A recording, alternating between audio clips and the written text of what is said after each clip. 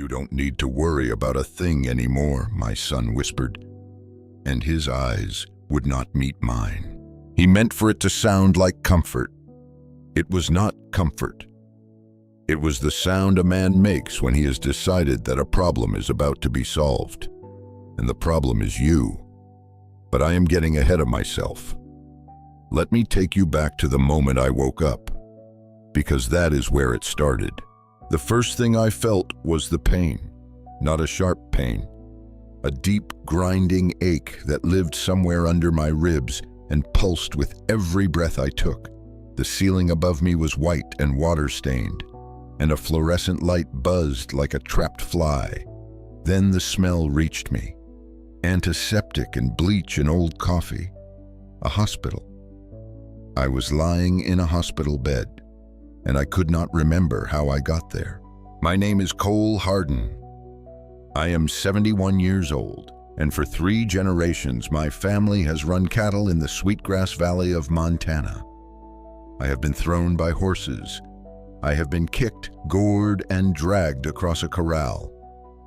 I once set my own broken finger with a pair of fencing pliers because the nearest doctor was 40 miles away and it was calving season. So when I tell you the ache in my chest that morning was different, understand that I know pain. And this pain was telling me a story I did not want to hear. They told me my horse had thrown me, 3 cracked ribs, a concussion, 2 days drifting in and out of sleep. But I had ridden that mare for 11 years. I broke her myself. She has carried my grandchildren and stood quiet through lightning storms that sent younger horses screaming through the fences. She has stood quiet through hailstorms and through the noise and chaos of the fall gather. In 11 years, that mare has never thrown a single living soul. Not once. A horse that gentle does not break a 71-year-old man on familiar ground for no reason. That was the first lie. It would not be the last. And lying in that bed with the fluorescent light buzzing over me, I understood something with the cold clarity that only comes to a man who has just been handed the truth by his own body. Someone had wanted me on those rocks. If you have ever been betrayed by your own flesh and blood, by someone you raised and fed and taught and trusted, then stay with me tonight. Let me know in the comments where you are listening from, because what happened to me in that valley is not just my story. It is a warning. I turned my head. It cost me. And there he was. Trent, my boy, 45 years old now, slumped in a plastic chair by the window, staring at his phone. He had not noticed I was awake. "Trent," I said. My voice came out as a dry rasp. He flinched like I had fired a rifle. The phone dropped into his lap. He stood up fast and crossed to the bed and arranged his face into something that was supposed to look like relief. But his eyes slid past mine and settled somewhere on the pillow beside my head. He reached out and patted my forearm twice, the way you might pat a dog you were not sure would bite. "Dad, thank God, you took a bad fall," he said quickly, like a line he had practiced. "Bell threw you, out by the north pasture. You hit the rocks. Eli found you." I lay still and let it settle over me like dust. "Where's the saddle?" I asked. He blinked. "What? My saddle? My tack? Where is it?" "The barn, I guess." Something tightened in his jaw. "Why does that matter? You almost died out there. We've been sick with worry. Lacey's been here every day." "I doubt that," I thought. But I kept my face as slack and empty as the gray morning sky outside the window. I waited for him to ask me how I felt. I waited for him to say he was glad I was alive. I waited for one true thing to cross his face. Instead, he glanced at the door. Then he leaned in close, and his voice dropped low and careful. "When the social worker comes by, you don't have to talk much. Just rest." I've been handling everything while you've been out. The ranch, the paperwork, all of it. And then, softer, came the thing he had already said once. The thing whose full weight I would not understand until later. You don't need to worry about a thing anymore. There it was again, quiet as a snake in tall grass. A man does not say that to his father. A man says that to a problem he is about to solve. I closed my eyes and let him think I was tired. Behind the dark of my own eyelids, my mind was sharper and colder than it had been in years. I could feel something hardening in me, settling into place like the first hard freeze of October. They thought they were picking up a broken old man. A man who had lost his ranch, his wife, and now his mind. Somewhere out on the rocks of the North Pasture, they were going to find out how wrong they were. But not yet. Get some sleep, Dad, Trent murmured, and I heard him gather his keys. I will, son, I said, and I let him believe it. For a few more days, I would let all of them believe it.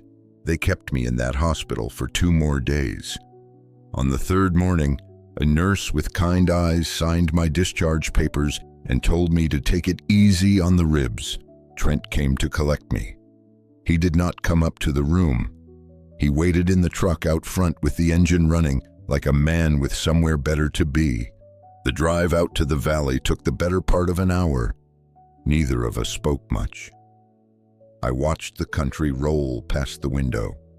The cottonwoods along Sweetgrass Creek had gone gold. The mountains stood blue and far off, already capped with the first snow. I had looked at this land every day for 71 years, and it had never once failed to set something right in my chest. But that morning, riding in my own son's truck, it felt like I was watching it through glass, like it was already someone else's. You're quiet, Trent said. Tired, I told him.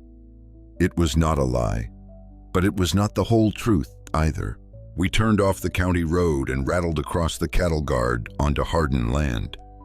And that was when I saw the first thing that did not belong. A truck I did not recognize was parked in front of the house.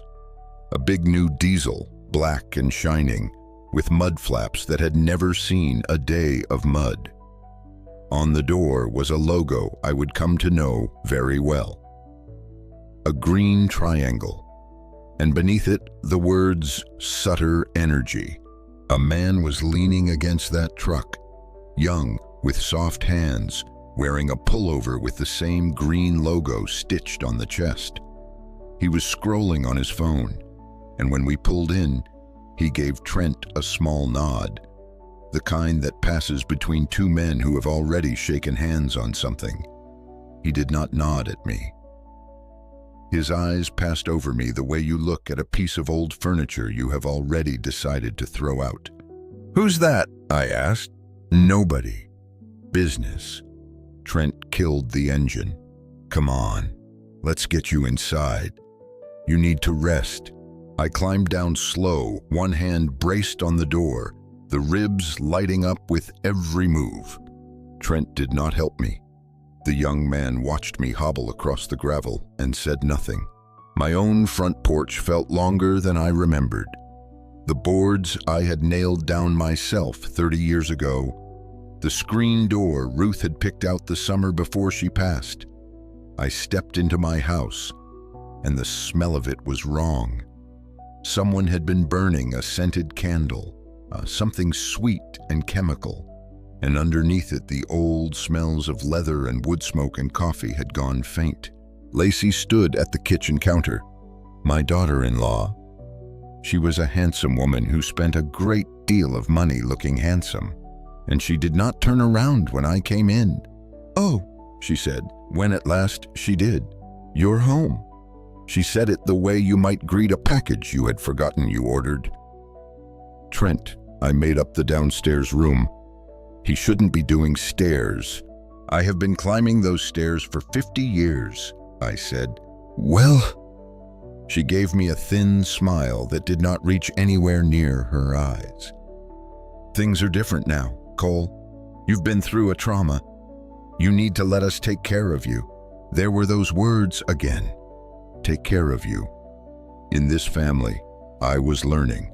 Those words had teeth. I did not argue. Arguing was what they wanted. A loud, confused old man waving his arms in front of witnesses. So instead, I let Lacey steer me toward the downstairs bedroom, and I went quiet and slow and harmless. But on the way down the hall, I passed the door to my study.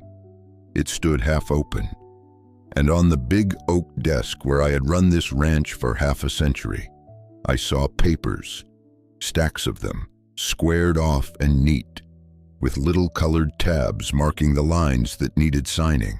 My eyes are still good at distance, the way they get when a man has spent his whole life reading weather and brands and the fine print on cattle contracts. I slowed my steps. I let my gaze drift across that desk. The top folder had a cover sheet, and across the top of it ran a name in bold black letters. Purchase and sale agreement. Below that, the parties. Hardin Ranch Holdings as seller, and as buyer, Sutter Energy. Beneath that folder lay another, thinner one, and the words on that one stopped the breath in my chest. Ribs or no ribs. Petition for guardianship and conservatorship. Clipped to it on heavy cream paper was a letter on a doctor's letterhead. I caught only a few words before Lacey's hand found my elbow and turned me away. But a few words were enough. Cognitive decline. Diminished capacity. Unable to manage his own affairs. They had not just decided to take the ranch, they had decided to take me. To put my name and my mind into a file and stamp them unfit, so that a son could sign away 3 generations of Hardin sweat with a pen that had no business in his hand. You really should lie down, Lacey said, sweet as antifreeze. I let her walk me to the room. I let her close the door. I sat on the edge of that strange bed and breathed slow and even until the red haze pulled back from the corners of my sight. Then I thought about what I had seen at the bottom of that cover sheet. Down beside the signature lines, in small gray print, there had been a date. The closing date. The day they meant to sell the valley out from under me and put their pens to it for good. It was 11 days away. 11 days. I almost smiled. They thought 11 days was enough time to bury a man. They had no idea how much a man like me could do in 11 days.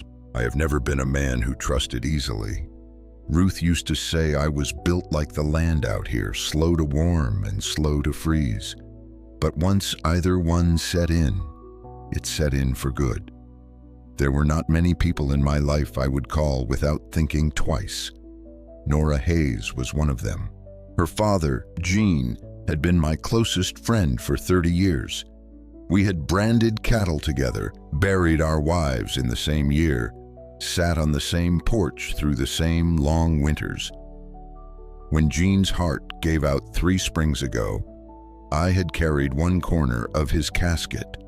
Nora was the only thing left of him, and she had grown up into a woman sharp enough to cut glass, which was why she had a law practice in Ashford and why I trusted her with what I could not trust to anyone else. I called her from the downstairs bedroom that evening, keeping my voice low, one ear to the door. She came the next morning before 7, parking her old Subaru behind the equipment barn where it could not be seen from the house. I was already out there, sitting on a hay bale with 2 cups of coffee I had lifted from the kitchen while Lacey was in the shower. Nora sat down across from me on an overturned bucket and opened her satchel without saying hello. I've been looking into this since you called, she said. It's worse than I hoped. Tell me. She laid it out flat and fast the way a good lawyer does, without softening the corners. The guardianship petition had been filed 6 days ago while I was still unconscious in the hospital. The filing used a psychiatric evaluation signed by a doctor, Harlan Webb, a clinic over in Billings I had never once visited. The evaluation noted that I had displayed confusion and signs of early cognitive decline during an office visit 2 months prior. I had not had an office visit 2 months prior. I had not been to Billings in over a year. "The signature is real," Nora said, "but doctor, Webb has a history of producing these evaluations on short timelines for a fee. Complained about twice to the state medical board. Nothing ever stuck." "How much?" I asked. "We don't know yet." But the money moved through Dale Whitcomb's firm. Dale Whitcomb had been my family's lawyer for 22 years. He had written my father's will. He had handled the water rights dispute with the Brennan family back in 2004. He was a man I had shaken hands with more times than I could count. I looked at my coffee. "And the sale," I said. Nora pulled out another sheet. The purchase and sale agreement between Hardin Ranch Holdings and Sutter Energy was signed, pending the guardianship order. The price was 40% below current assessed value, which was itself already conservative. If the mineral survey reports were accurate, the ground under that grass was worth 3 times what Sutter was paying. Trent either did not know that or did not care. He needed money fast, and Sutter was the first hand he could reach. "When I asked Whitcomb about the books last week," Nora said, "he told me I didn't have standing to review them. Then he stopped returning my calls." "He's scared," I said. "He should be. Cole, there are withdrawals I can't trace. Cash transfers into accounts I can't identify. Somebody has been moving money out of the operating account for at least 8 months. Small amounts at first, then larger ones. The account is down to almost nothing." She paused. "I don't know how Trent has been making payroll." I thought about the young man with the clean mud flaps, the nod that had passed between him and Trent in the gravel drive. "He hasn't been," I said. "He's been promising a payday. As soon as the sale closes." Nora folded her hands on her knee. She had her father's eyes, dark and steady, and right now they carried the expression of a woman staring at a road washed out by floodwater. By her accounting, there was no way around this one. "Cole," she said quietly, "they have a doctor, a lawyer, and a signed contract. The guardianship is moving through the court, and the closing is in 10 days. I can file a challenge, but with this timeline and the medical paperwork, I don't know if I can stop it in time." She leaned forward. "Tell me you have something. Because from where I'm sitting, they've covered all the ground." I took a long sip of my coffee. It had gone cold. "They covered the ground," I said. "That's exactly right." Nora frowned. "Cole, they just forgot about what's under it." I stood up slow, one hand on the stall rail. "Come back tonight, park the same place, and Nora." I looked at her. "Don't call Whitcomb again. Don't call anyone. Not yet." She studied me for a long moment. Then she nodded once, and I saw the shift happen in her eyes. From worry to waiting. She trusted me.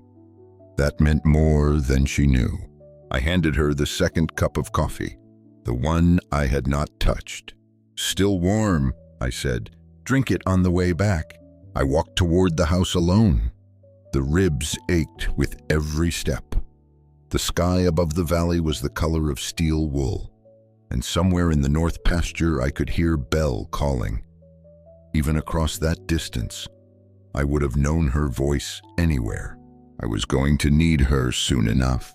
Nora came back at 7 that evening. The sun had already dropped behind the ridge, and the temperature had fallen with it, the way it does in October in the valley. She parked behind the equipment barn again and found me sitting on the same hay bale. a lantern lit between us, and a thermos of coffee she had not expected. She sat down without a word and waited. That was one of the things I respected most about Nora Hayes. She knew when to fill silence and when to let it breathe. "I need to tell you something," I said. "Something almost nobody knows." She nodded. I leaned forward, resting my forearms on my knees. "You know why Ruth and I had this land put into the holding company when we restructured back in '09? Asset protection," Nora said. "Standard for a ranch this size." "That's right. But what we did not put in there, what we kept completely separate, were the mineral rights." I watched her face. 40 years ago, my father showed me something in an old survey map. A formation under the south and east pastures. Geologists call it a tight sand formation, the kind that holds gas. Back then, nobody much cared. Wasn't worth the cost to get at it. But my father always said that what's in the ground stays in the ground until you decide otherwise. So when we set up the holding company, Ruth and I severed the mineral rights from the surface rights and placed them in a separate instrument. Nora had gone very still. "It's called the Ruth Hardin Mineral Trust," I said. "Named for her." She insisted on that. "It's a revocable trust, and I am the sole trustee. Trent has no authority over it, no access to it, and no legal ability to transfer or encumber it.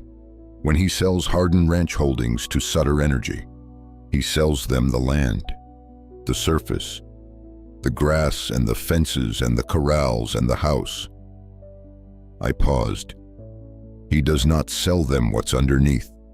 The lantern flame wavered between us. Nora sat absolutely motionless, her coffee cup halfway to her mouth and forgotten. "Cole," she said at last, her voice very measured, "does Sutter Energy know about the trust?" "No." "Does Whitcomb know?" "He drafted the trust documents. He knows it exists." I let that sit for a moment. "He also knows that without the mineral rights, the sale price Trent has agreed to is almost worthless to Sutter Energy. They're not buying grass, they're buying access to what's below it.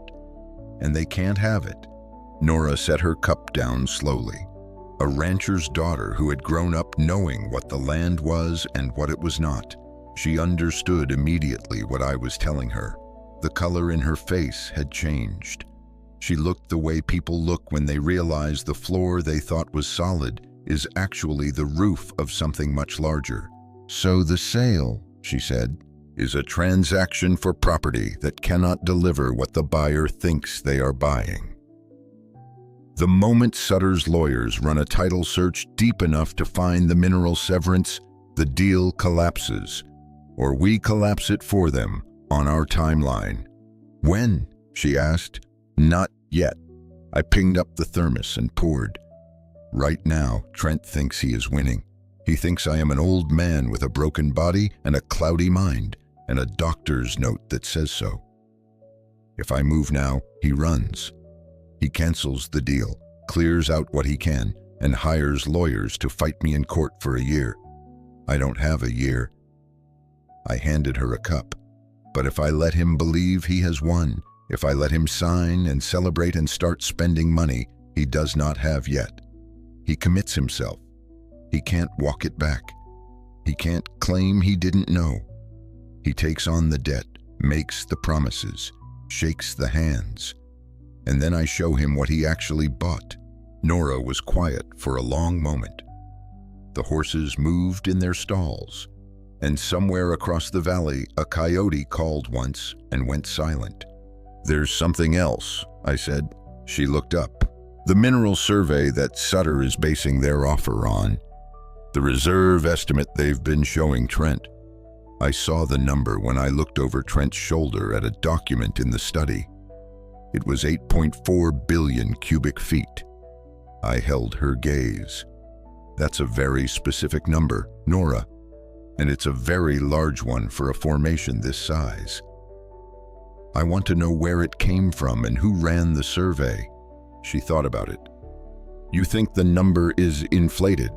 I think a man drowning in debt who needs a quick sale is exactly the kind of man someone would give an inflated number to, because it closes the deal faster. Nora pulled out her notepad. I watched her write.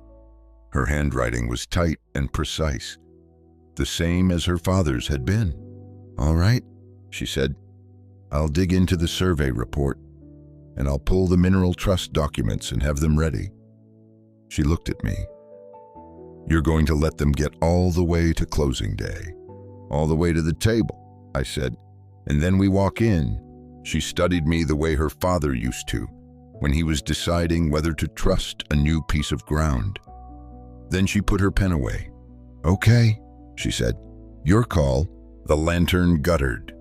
Outside, the wind had come up off the mountains, cold and clean and carrying the smell of snow on its way down. Go home, I told her. Get some sleep.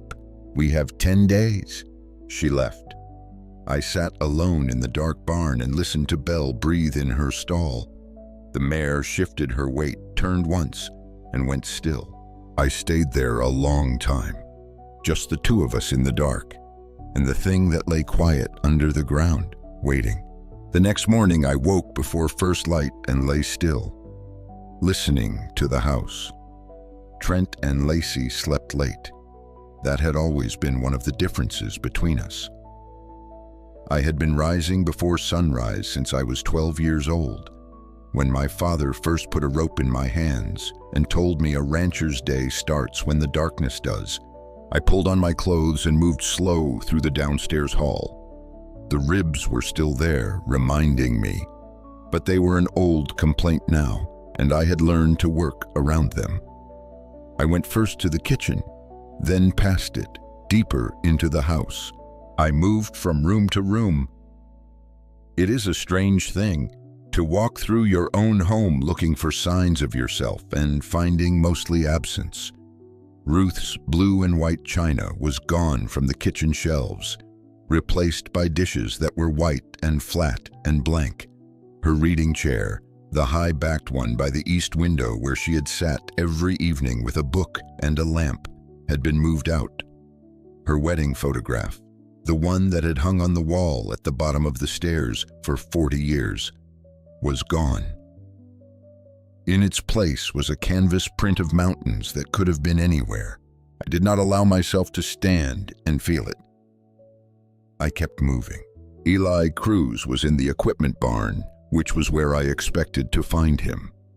He was 25 and had been working this ranch since he was 17, when he had walked up the drive one cold November morning and asked if there was anything that needed doing. There had been. There always is on a place this size. I had given him a bunk and a day's wages, and he had never once given me cause to regret it. When he saw me come through the barn door, he set down his wrench. Something moved through his face that he did not quite manage to hide. Real relief, the kind that tells you a man has been carrying something heavier than he wanted to. Mr. Hardin, he said, you're up early. I'm always up early, I said. How are the horses? Belle's been off her feed a little, restless. He hesitated. They gave me a list, things to sell off. Old equipment, some of the smaller stock. I kept stalling. Said I needed to check with you first. He looked at me sideways. They didn't like that. You did right, I said. We walked the barn. Eli had kept everything tight and clean despite what must have been happening around him. I told him so. And he ducked his head the way young men do when they are not used to being told they've done well. We came to the last stall and I stopped. Belle put her head over the gate when she heard me.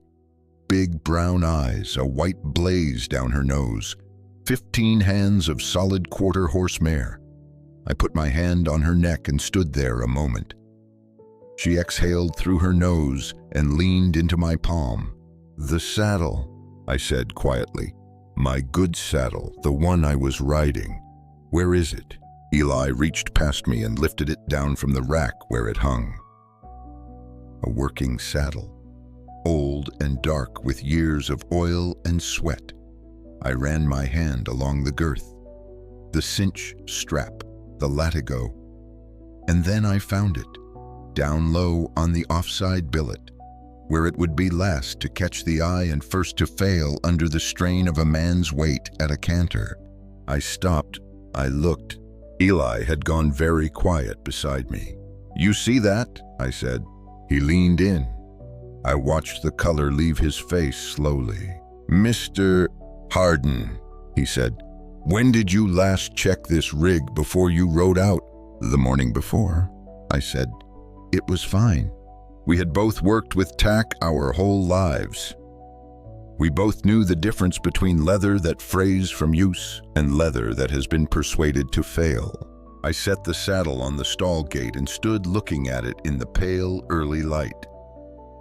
After a while, I heard something in the shadows at the far end of the aisle.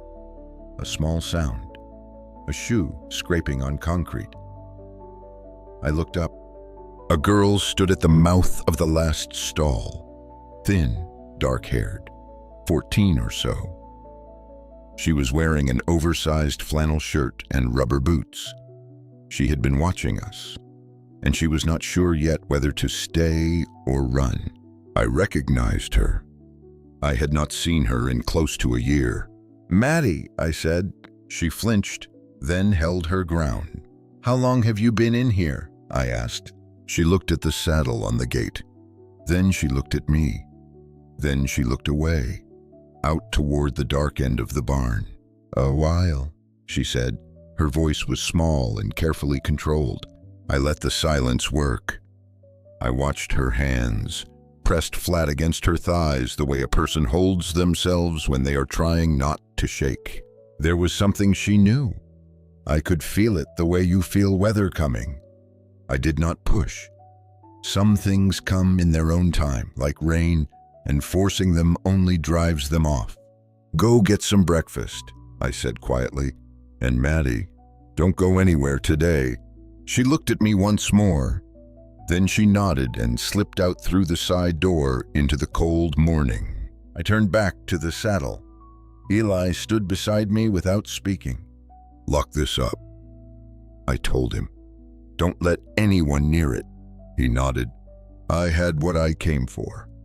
Now I needed to go think. That night, after Trent and Lacey had retired, I went back to the equipment barn. Eli was waiting for me. He had lit one of the small work lanterns and hung it from a nail above the stall gate, casting a tight circle of yellow light over the saddle where it lay.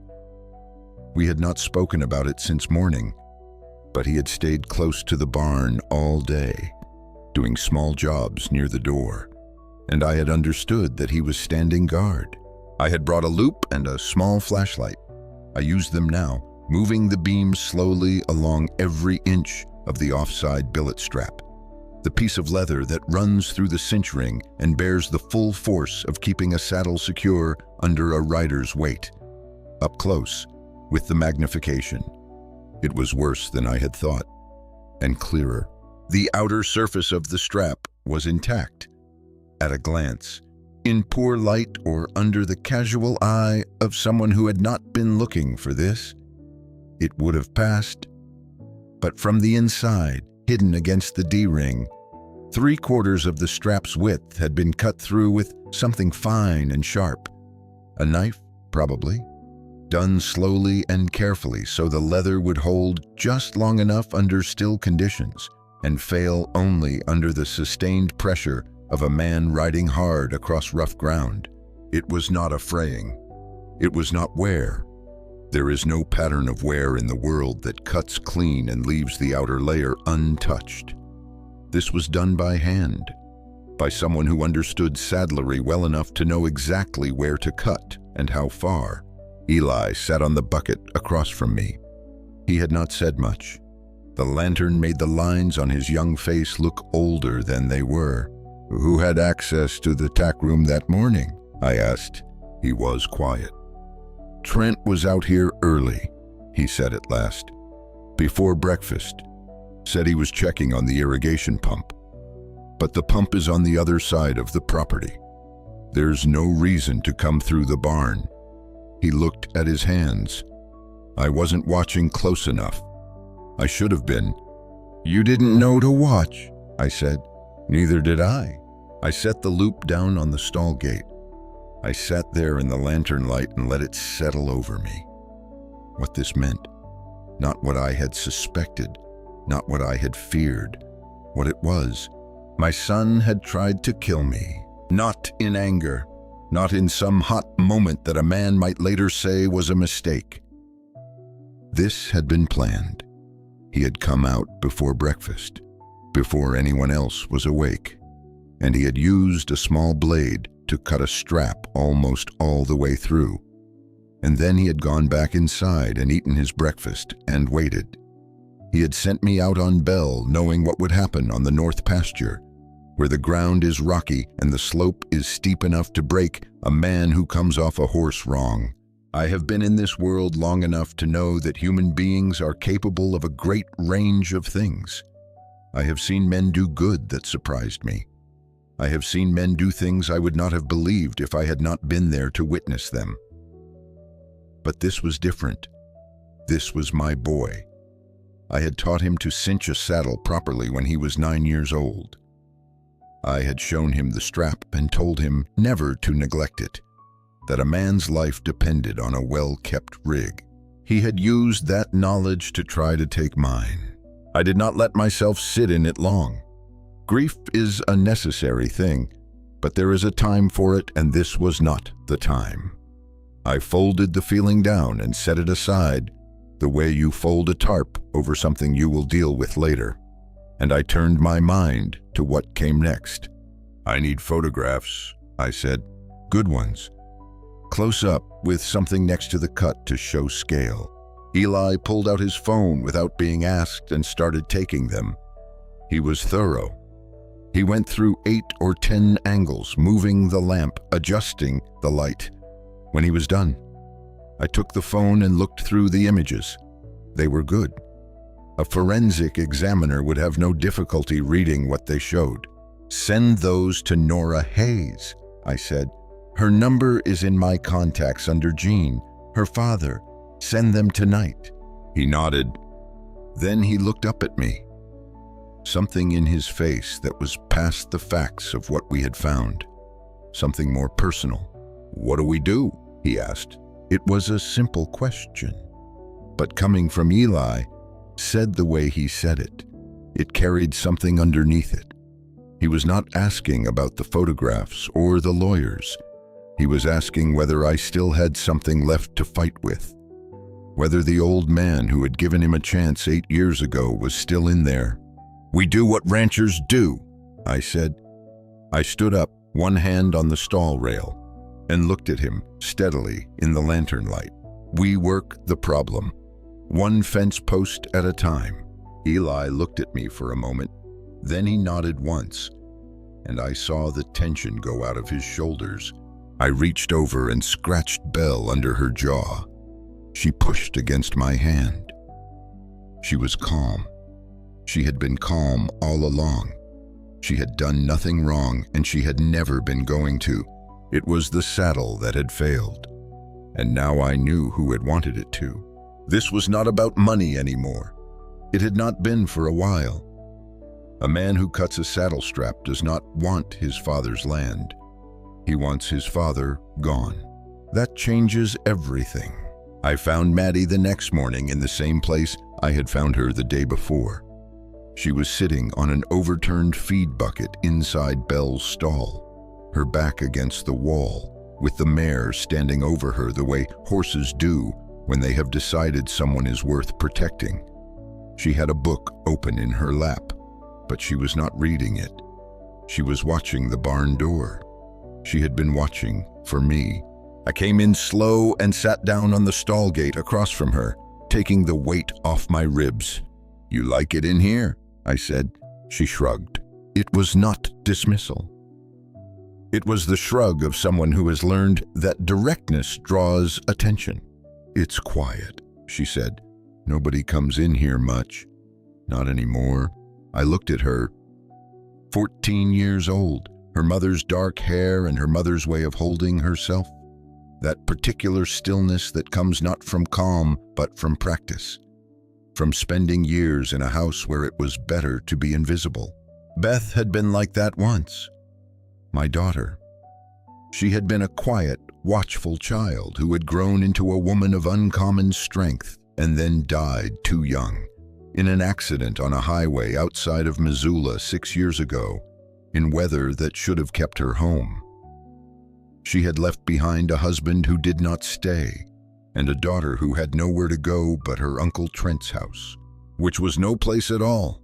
"How long have you been living here?" I asked. "At the ranch." 4 years, Maddie said. "Since 5th grade. And before that, an aunt in Bozeman. She had too many of her own." A pause. "Trent said he wanted me." Lacey didn't say anything. I understood what that meant.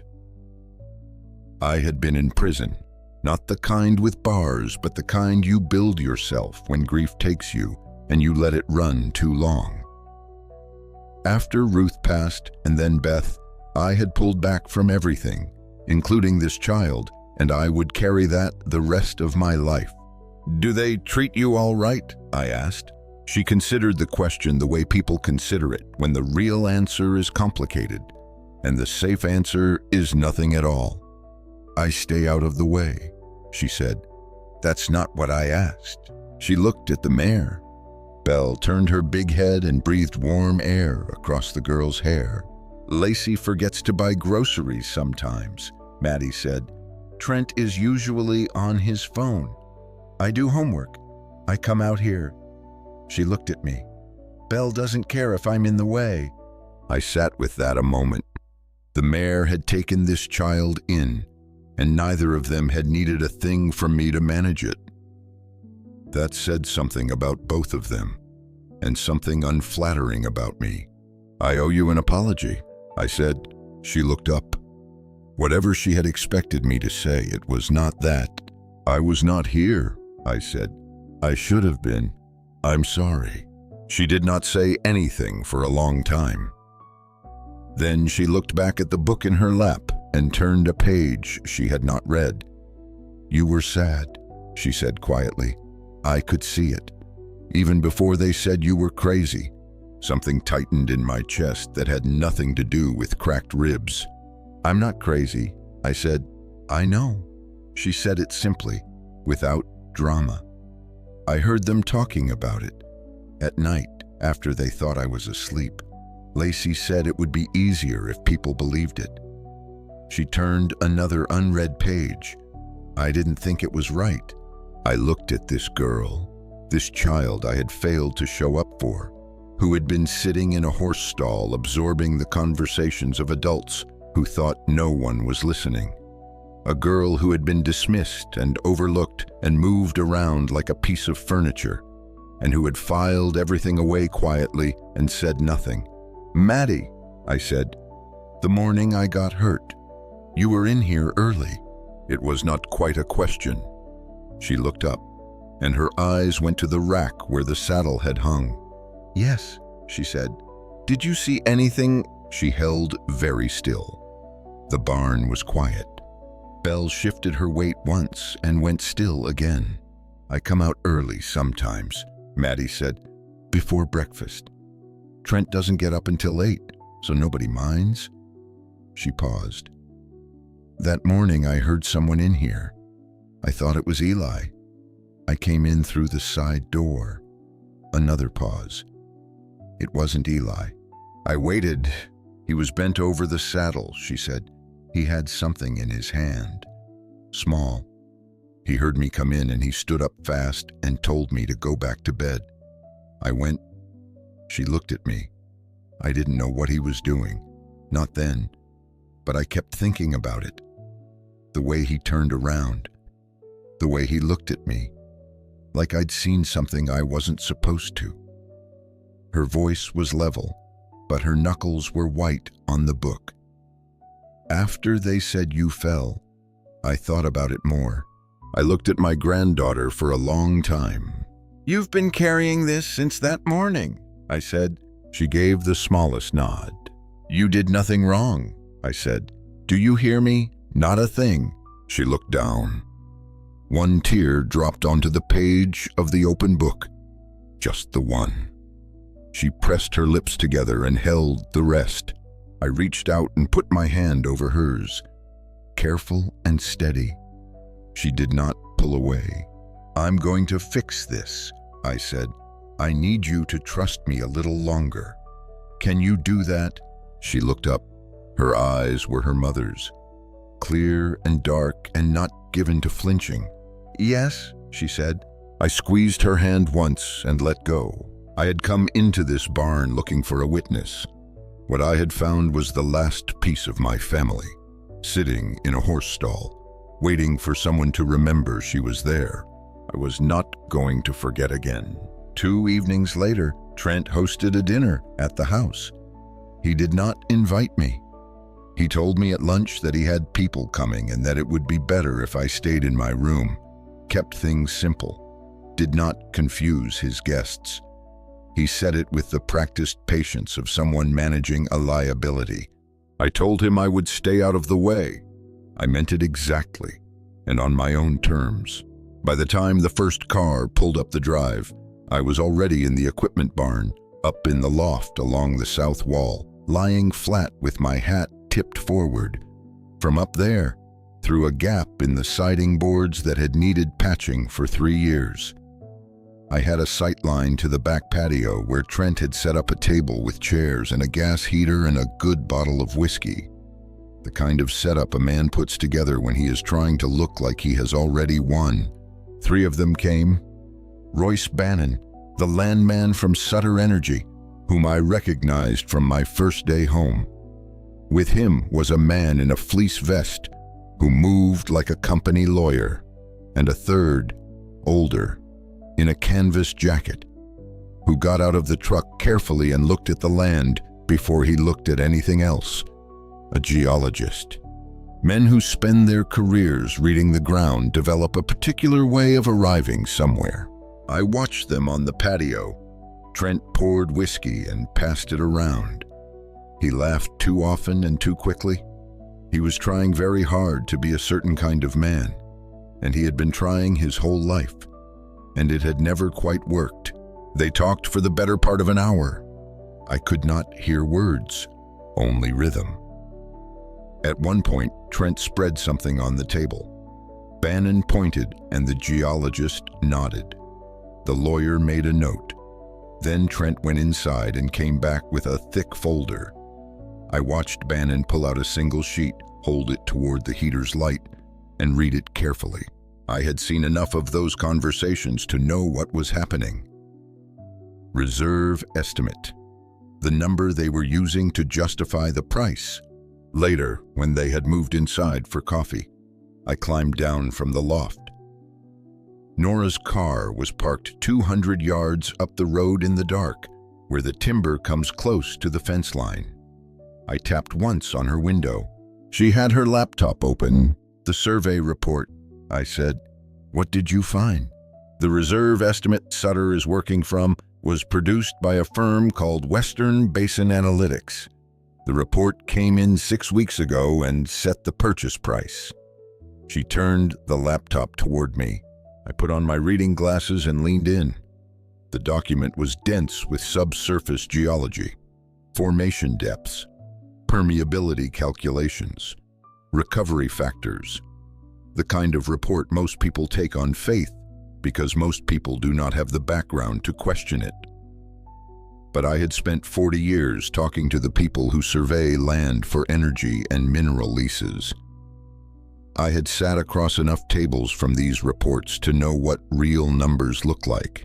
The reserve figure was 8.4 billion cubic feet. For a formation of this type in this region, that number was not impossible, but it sat at the very top of the plausible range, the high end of the high end, the kind of number you use when the deal needs to work and you need the buyer to commit before he looks too closely. "Who commissioned it?" I asked.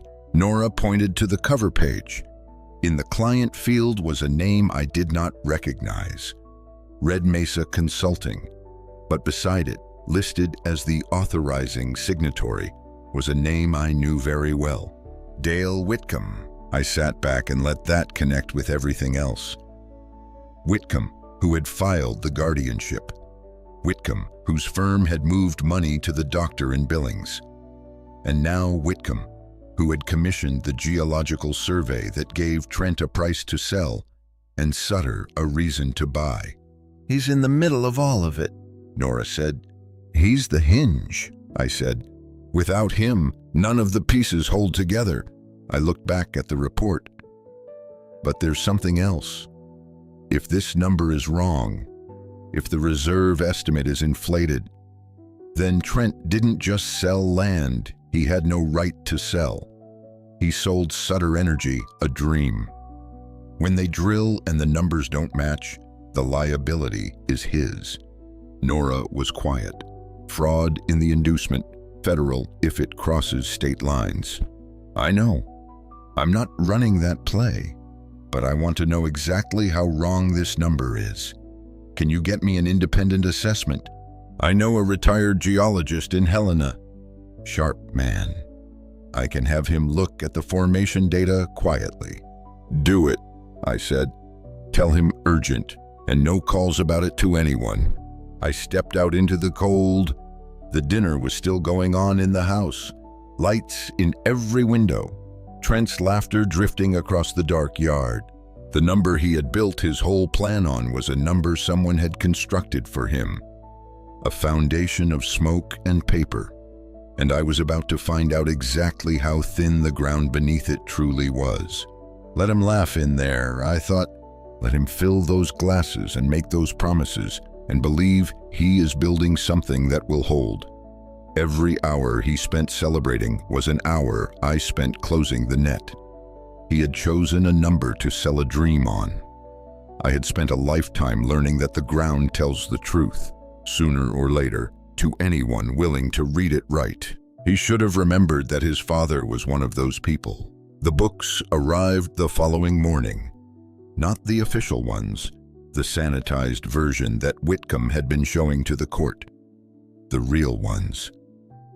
Nora had a contact at the county recorder's office who owed her a quiet favor. And what came through was a set of financial records for Hardin Ranch Holdings going back 18 months. The kind of granular transaction history that tells the actual story of a business, rather than the story someone once told about it. We spread them across the work table in the equipment barn. Eli was with us.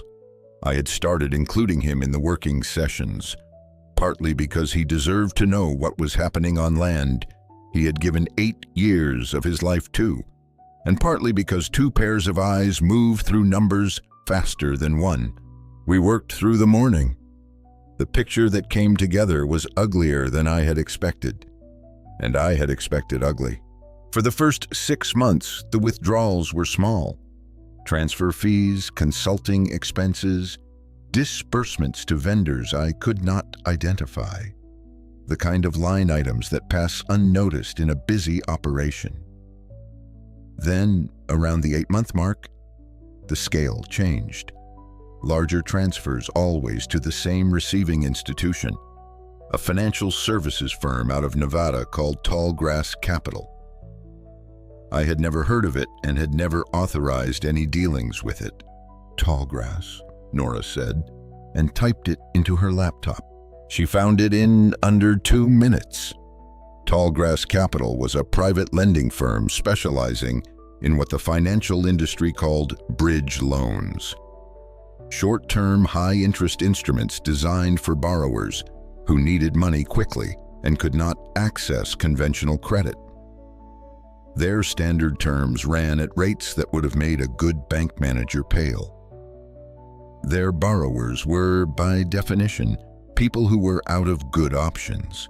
Nora found the loan agreement attached to a UCC filing that Tallgrass had made with the state to protect their security interest. The filing listed Hardin Ranch Holdings as the debtor. The amount was $340,000, drawn down in 3 tranches over 4 months. The collateral listed was the operating assets of the ranch, the equipment, the cattle inventory, the vehicles, and the signature on the loan documents was mine. Or rather, it was a signature that was supposed to be mine. I looked at it for a long time. My signature is a particular thing, developed over decades of signing contracts and cattle paperwork and land filings. It has habits and quirks that I know the way I know my own face. And this was close enough to pass at a glance on a document among other documents, with an identity that no one was expected to scrutinize. But it was not mine. "He forged it," Eli said quietly, looking over my shoulder. "He or Whitcomb?" I said. "Most likely both." Nora leaned back in her chair. "Cole, if the signature is forged, that's bank fraud, wire fraud, if any of the transfers crossed state lines, which they did." She paused. "That's federal exposure. For Trent, for Whitcomb, potentially for whoever at Tallgrass signed off on a loan without verifying the borrower's identity." "When does it come due?" I asked. She looked at the filing date, then calculated. "The final tranche matures in 9 days," she said. "If the balance isn't paid, Tallgrass exercises their security interest and comes after the assets." "Which is why he needs the sale to close first," I said. Nora looked up. "He's not selling the ranch because he wants to. He's selling it because Tallgrass is about to take the equipment and the cattle if he doesn't produce the money first. The sale closes, he pays them off, and he walks away clean." "He's trapped," Eli said. "He put himself there," I said, "and he needed my signature to do it, which means he went looking for someone to help him forge it. And the only person with access to my files and my estate documents was Whitcomb." I pushed back from the table and stood. The ribs protested the movement, but I had stopped paying them much attention. "Tonight," I said, "Nora, you and I are going to go see Dale Whitcomb, not in his office, at his house, early, before he's had time to run the day's decisions past whatever part of himself still has a conscience." Nora closed the laptop. "What are we going to say to him?" "We're going to show him what we have," I said, "and we're going to give him a choice." I looked at her. Men like Whitcomb didn't start out rotten. They got there one compromise at a time. That means somewhere in there's still a man who knows the difference. I want to find him before the lawyers do, because a man who comes forward on his own terms is a very different witness than one who gets cornered. Nora nodded slowly. I walked to the barn door and looked out at the valley.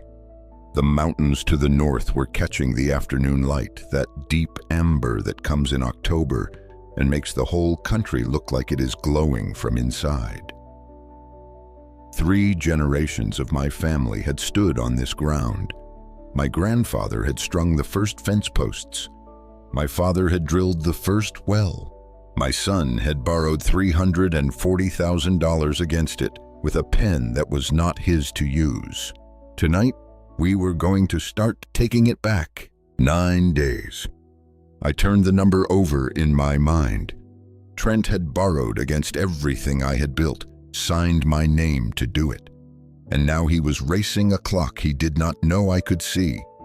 The ranch, the cattle, the equipment, all of it hanging on a deadline he thought only he was aware of. I had never felt more awake in my life. When a man knows the exact shape of the trap set for him, he stops being the prey. He becomes something else entirely.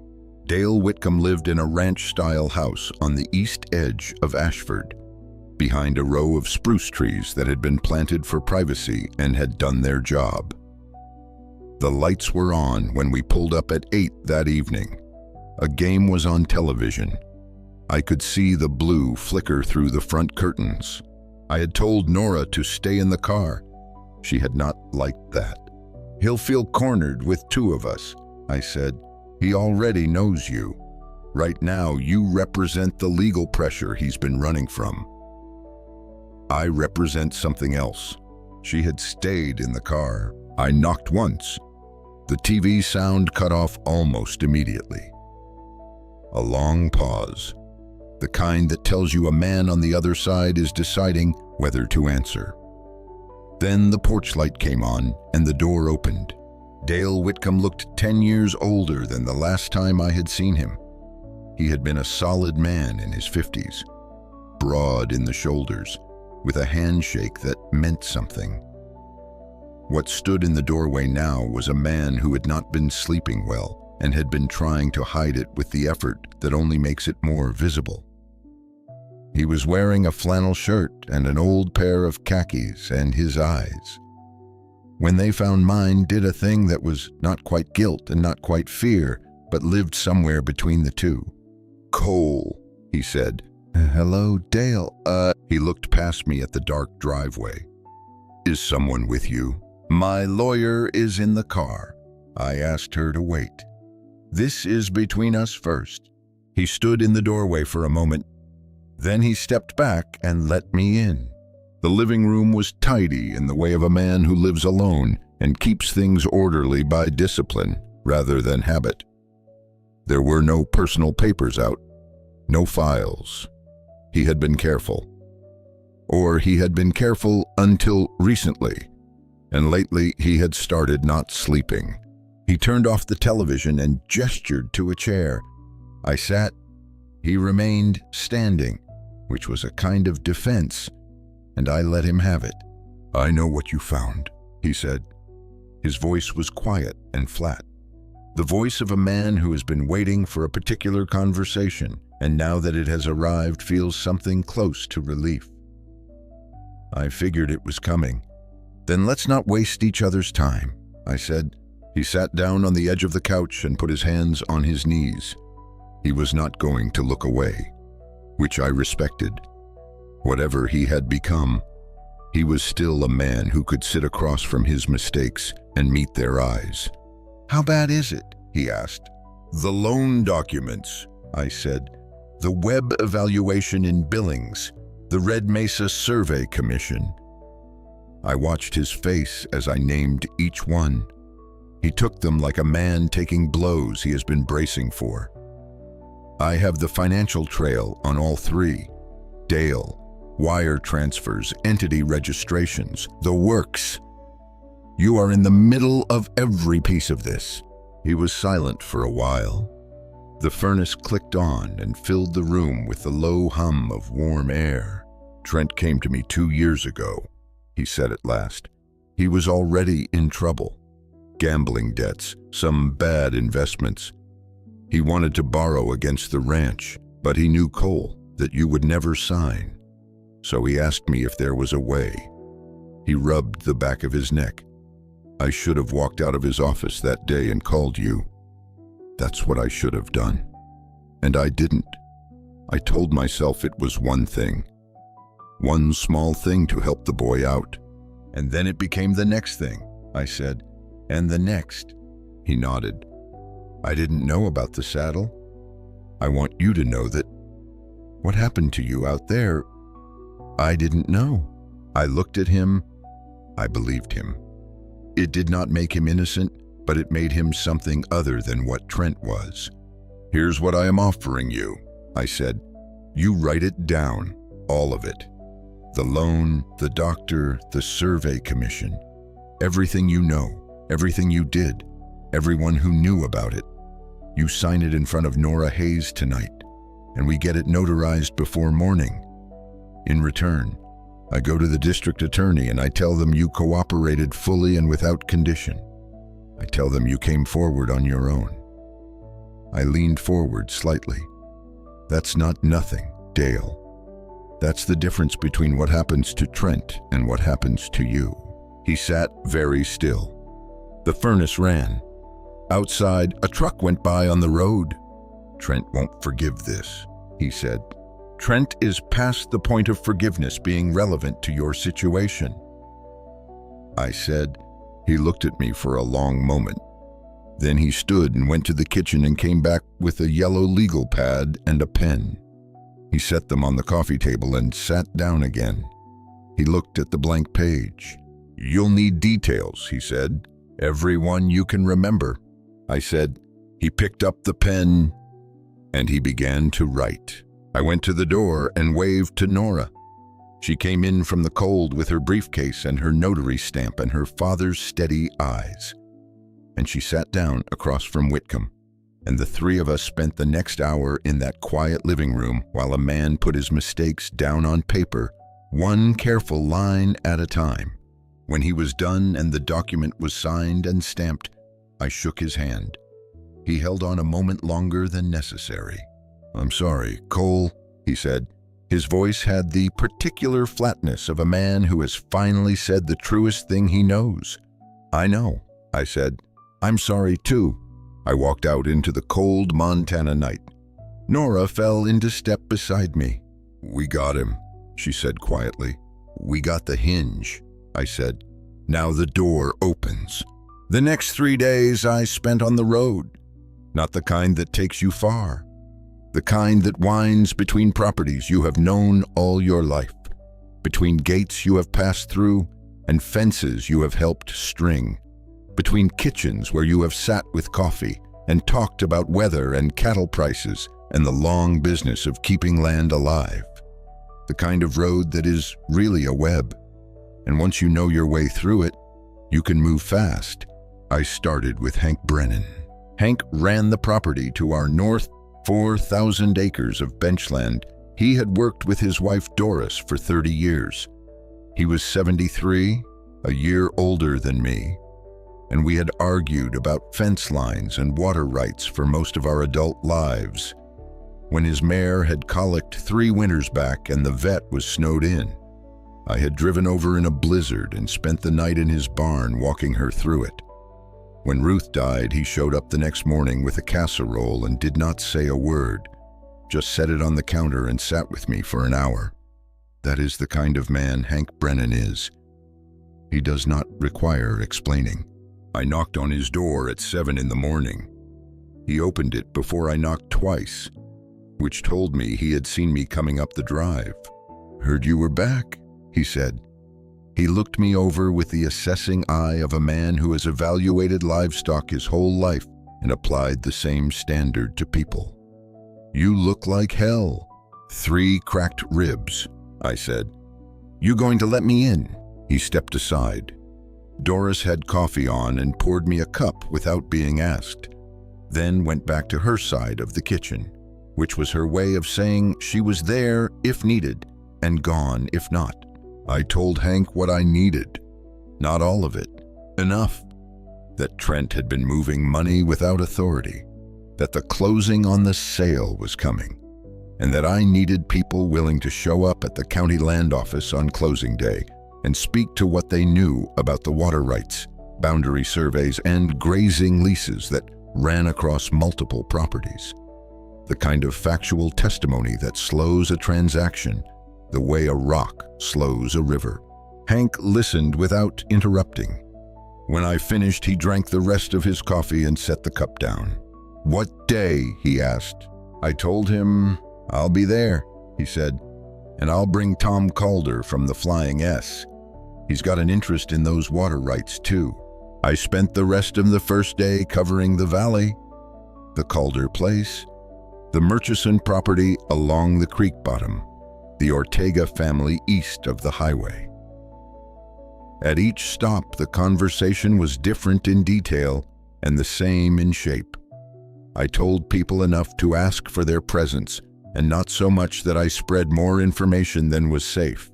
At the Flying S, Tom Calder's wife pulled me aside while Tom was getting his boots. A small, direct woman who had survived 2 downturns and 1 flood. "People have been talking," she said quietly, "about what Trent's been doing. Nobody liked the sale." She looked at me. "They've been waiting for you to come back." "I'm back," I said. She nodded and went inside. On the second day, I visited the brand inspector's office. Ray Denning had held the job for 16 years, a meticulous man who kept records the way other men kept money. He had concerns about recent cattle transfers through Hardin Ranch Holdings, numbers that did not match his books. I did not ask him to take sides. I asked him to bring his records to the closing and be prepared to speak to their accuracy. He said he would. By the third afternoon, Trent had noticed something was changing. I could see it in the way he watched me at dinner, a new sharpness in his eyes. He had grown used to me being quiet and slow and docile. The quiet had not changed, but something beneath it had, and he could feel it without naming it. That evening, he came to the door of the downstairs bedroom without knocking. "People have been saying they saw your truck around the valley," he said, trying to sound casual and not succeeding. "I thought the doctor said you should rest." "I get restless," I said. I was in the chair by the window, reading. I did not look up. "What have you been doing out there?" "Visiting neighbors. I've known these people all my life. They like to know I'm all right." A long pause. I turned a page. "The closing is in 4 days," he said. "I know. After that, things are going to change around here. For everybody." He was fishing for a reaction and not finding one. "It'd be better if you stayed calm and let things happen the way they're going to happen." I looked up at him then, just long enough for him to feel the difference between an old man who had given up and something else entirely. "Good night, Trent," I said. He stood in the doorway a moment longer. Then he left. I turned back to my book.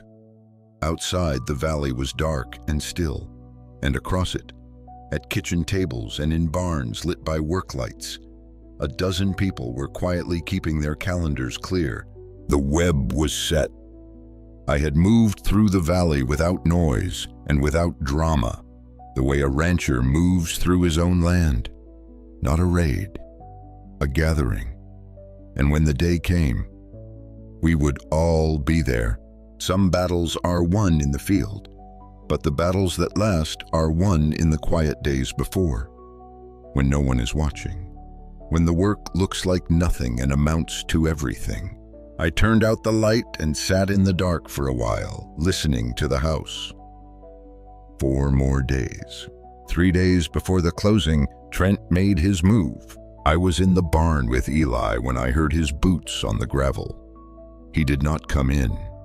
He stood in the doorway, and he was not alone. Lacey was behind him, and behind her was a man I had not seen before. Late 30s, rimless glasses, carrying a leather folder. He had the air of a professional who has been told his presence is necessary and has arrived prepared to be unpleasant. "Dad," Trent said. His voice was controlled in the way voices get when a man has rehearsed a conversation several times and is now running the version he settled on. "This is Dr. Ferris. He's a psychiatric consultant. We've arranged for him to do a brief evaluation today."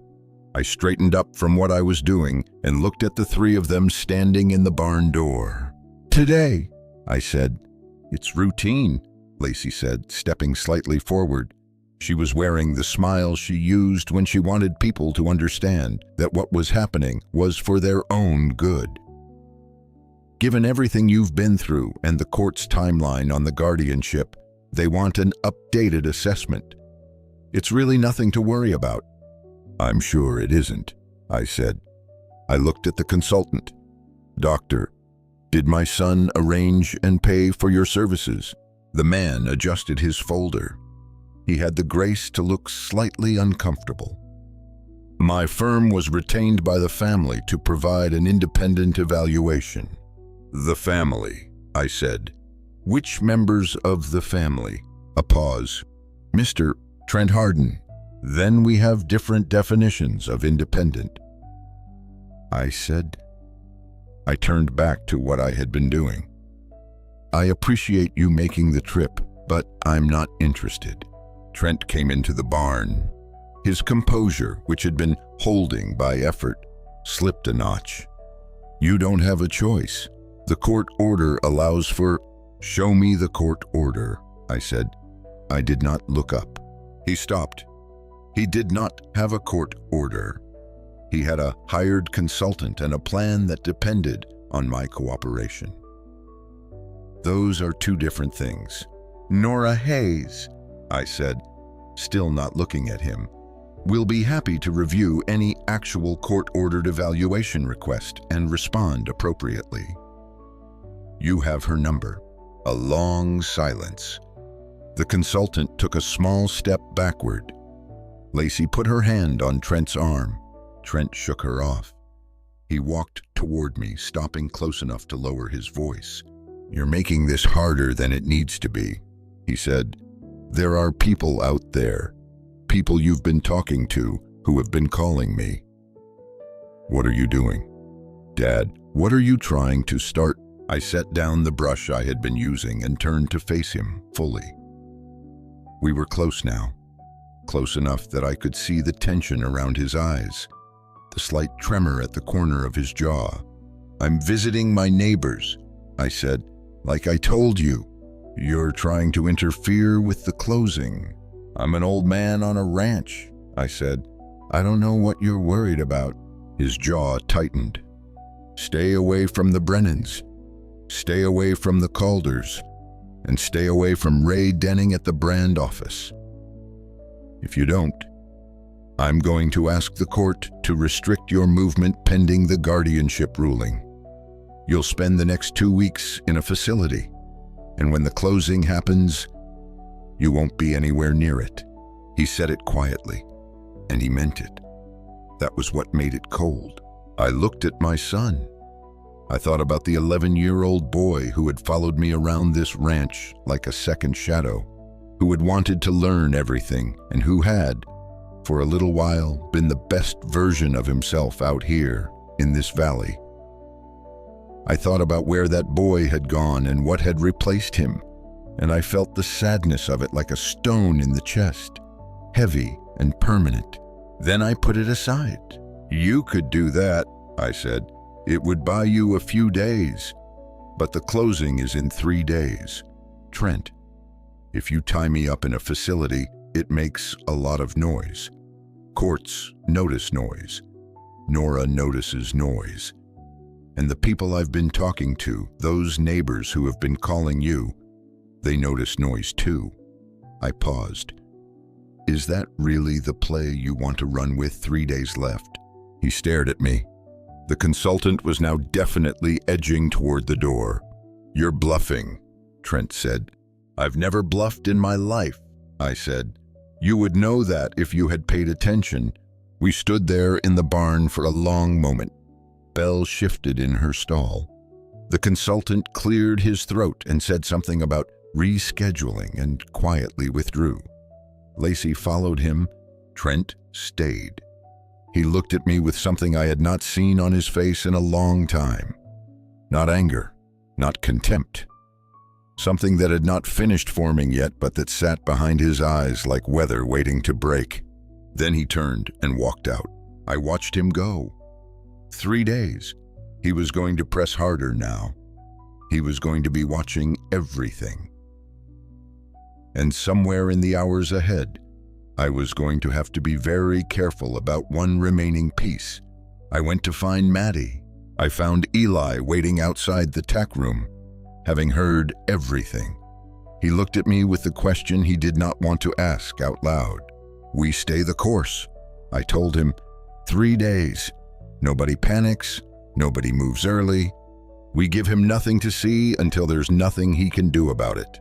Eli nodded. He went back to his work. I stood alone in the barn aisle for a moment and breathed. The ribs still hurt.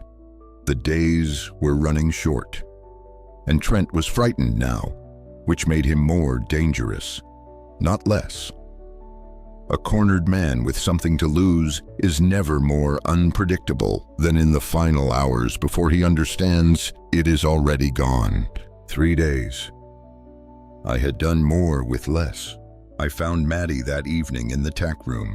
sitting cross-legged on the floor with the barn cat in her lap and the door pulled nearly shut.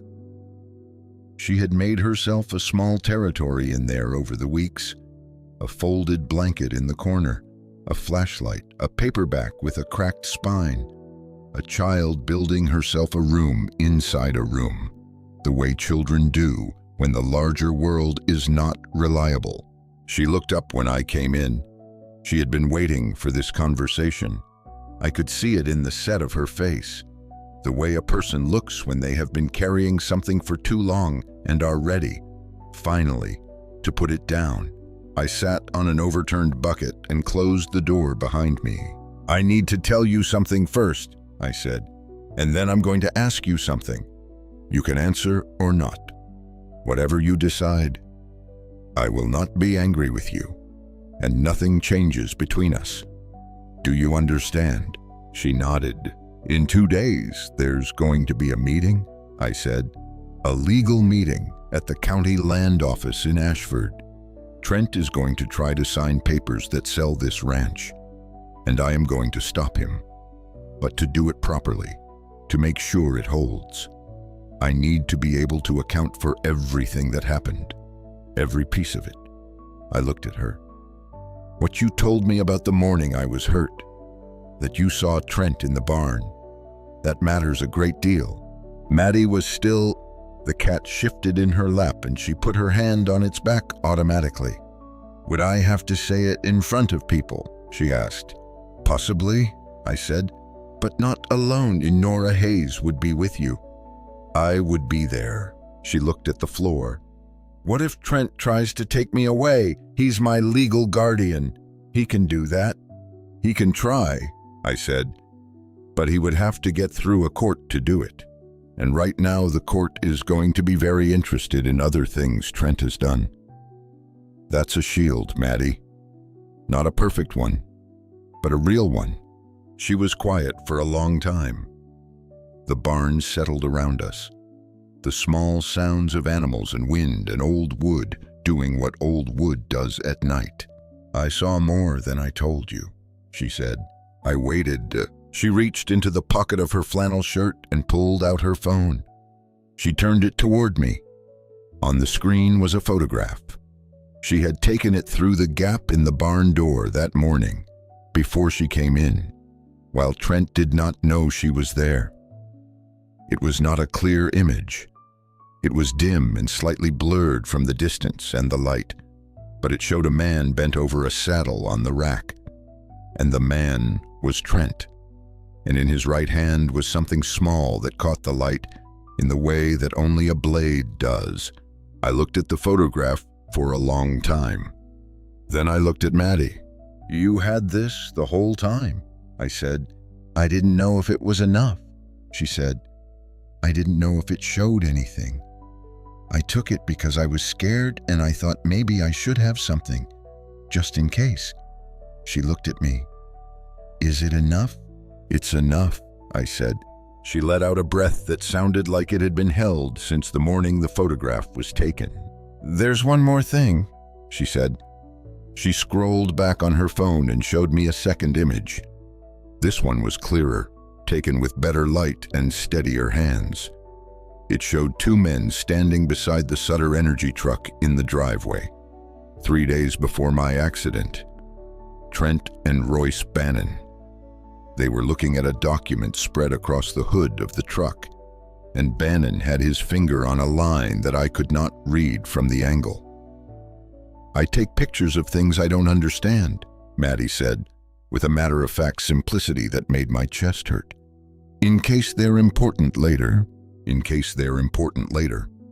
A 14-year-old girl, living in a house where nobody looked at her, had quietly assembled the most important pieces of this entire case because she had learned, somewhere in the years of being overlooked, that you document what you cannot control. "Maddie," I said carefully, "I need you to send both of these to Nora Hayes.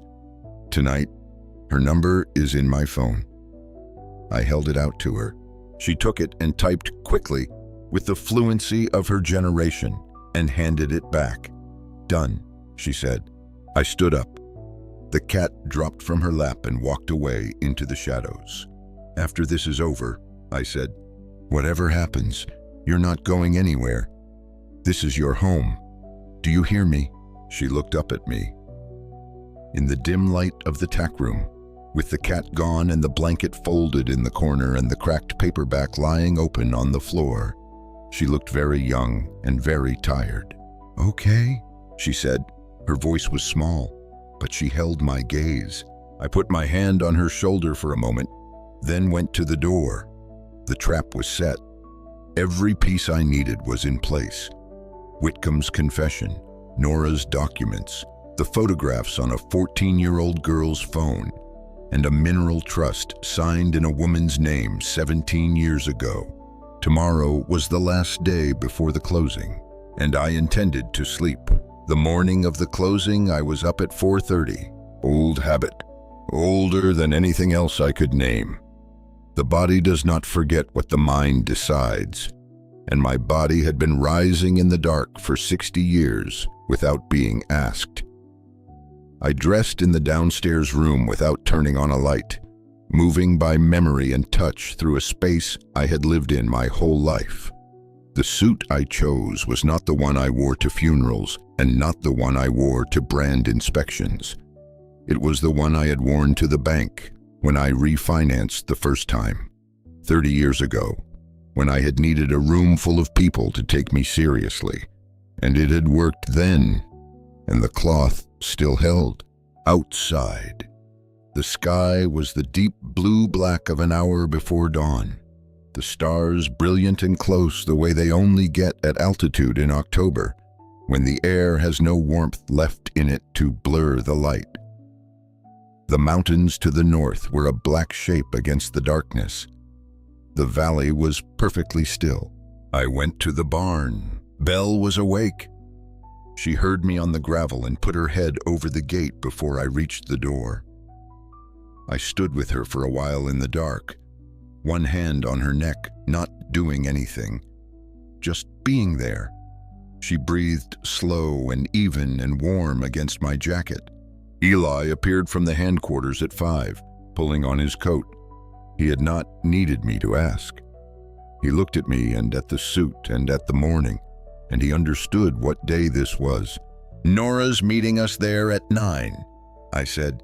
He nodded. "I'll have the truck ready." I left him to it and went back inside. Trent and Lacey were not up yet.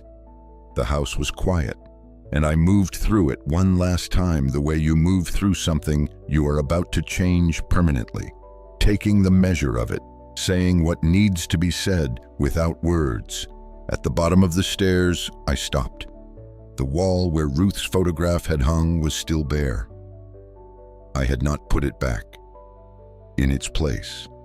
For these few weeks, I had carried her with me another way.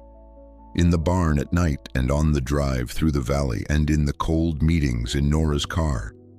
She had been there in the trust that bore her name and in the words Maddie had said, that she took pictures of things in case they were important later. Ruth had been like that too. A woman who paid attention to what others looked past. I was ready. The county land office in Ashford occupied the ground floor of a building that had been a hardware store in a previous life and still smelled faintly of machine oil underneath the municipal carpet. The signing room was a long rectangular space with a conference table and windows that looked out on Main Street. By 9 o'clock, it was already full. Sutter Energy had sent 4 people, including Bannon and the company lawyer in the fleece vest. They sat on one side of the table with their folders and their laptops, and the deliberate efficiency of people who do this transaction regularly and consider it settled. A county notary sat at the head of the table, and beside her, with his own documents, was Trent. He had dressed carefully. He sat at the table with the posture of a man who has pictured this moment many times and is holding himself inside the picture by force of will. Lacey was not with him. He had come alone. Hank Brennan was already there when I arrived. standing along the wall with Tom Calder and two other ranchers I had known for decades. Ray Denning from the brand inspector's office stood near the door with a brown accordion folder under his arm. Nora Hayes was at a side table with her briefcase open, her reading glasses on, her expression the particular focused calm of a lawyer who has done the work and is prepared to do more. I walked in at 9:02. Trent looked up from the table and went still in the way that a man goes still when the thing he has been afraid of without naming it has just walked through the door in a suit. Bannon looked up too and frowned. He said something to the lawyer beside him. I walked to the far end of the table across from Trent and set my briefcase down with the same unhurried weight I had felt on my side this entire time. The notary looked from me to Trent and back. Mr. Hardin, she said, uncertain which one she was addressing. Both of us, I said. Give me 2 minutes before you proceed. Trent rose from his chair. His face had gone a particular color, the color of a man whose plan is being altered in front of him in a way he cannot yet calculate. You have no standing here, he said. His voice was tight and very controlled. This is a private transaction. Security. He looked toward the door. There was no security. It was a county land office in a small Montana town. I opened my briefcase. 2 minutes, I said again, and I looked at Bannon and the Sutter Energy team. I think you'll want to hear this. It concerns the mineral rights on the property you're purchasing. The lawyer's hand, which had been moving a document across the table, stopped. The room went quiet. Outside on Main Street, a truck went by. A dog barked twice somewhere in the distance. The October light came flat and clean through the windows. I had their attention. Now came the part that could not be undone. I pulled the first document from my briefcase and laid it on the table. Not gently, flat and deliberate, the way you lay a card when you are ending a game. This, I said, is the Ruth Hardin Mineral Trust. It was established 17 years ago by my late wife and myself. It was drafted by Dale Whitcomb, who as of this week has provided a full written confession to the district attorney's office and will not be attending this closing in any professional capacity. I let that sit for a moment. The trust severs the subsurface mineral rights for the entirety of Hardin Ranch holdings from the surface rights. Those mineral rights, which include all oil, gas, and hard rock mineral formations beneath the property, are held in this trust, and I am the sole trustee. I looked at the Sutter Energy lawyer. They are not included in this transaction. The room was quiet enough that I could hear the notary's pen tap against the table once. The Sutter Energy lawyer had gone very still. He reached out and took the document I had placed on the table. He read it. He read it again. Then he looked at Bannon. Bannon's face was doing several things at once. Processing, calculating. That's not possible, he said slowly. The due diligence package showed clear title. The due diligence package was assembled by Dale Whitcomb, I said, who, as I mentioned, has been cooperating fully with investigators since yesterday morning. The mineral trust was not disclosed in that package. I suspect you'll find a number of other things were not disclosed either. Trent pushed back his chair. This is fraud, he said, his voice rising. You're disrupting a legal closing. That trust is ancient and probably invalid. We'll contest it. You're welcome to, I said. Nora, I looked at her.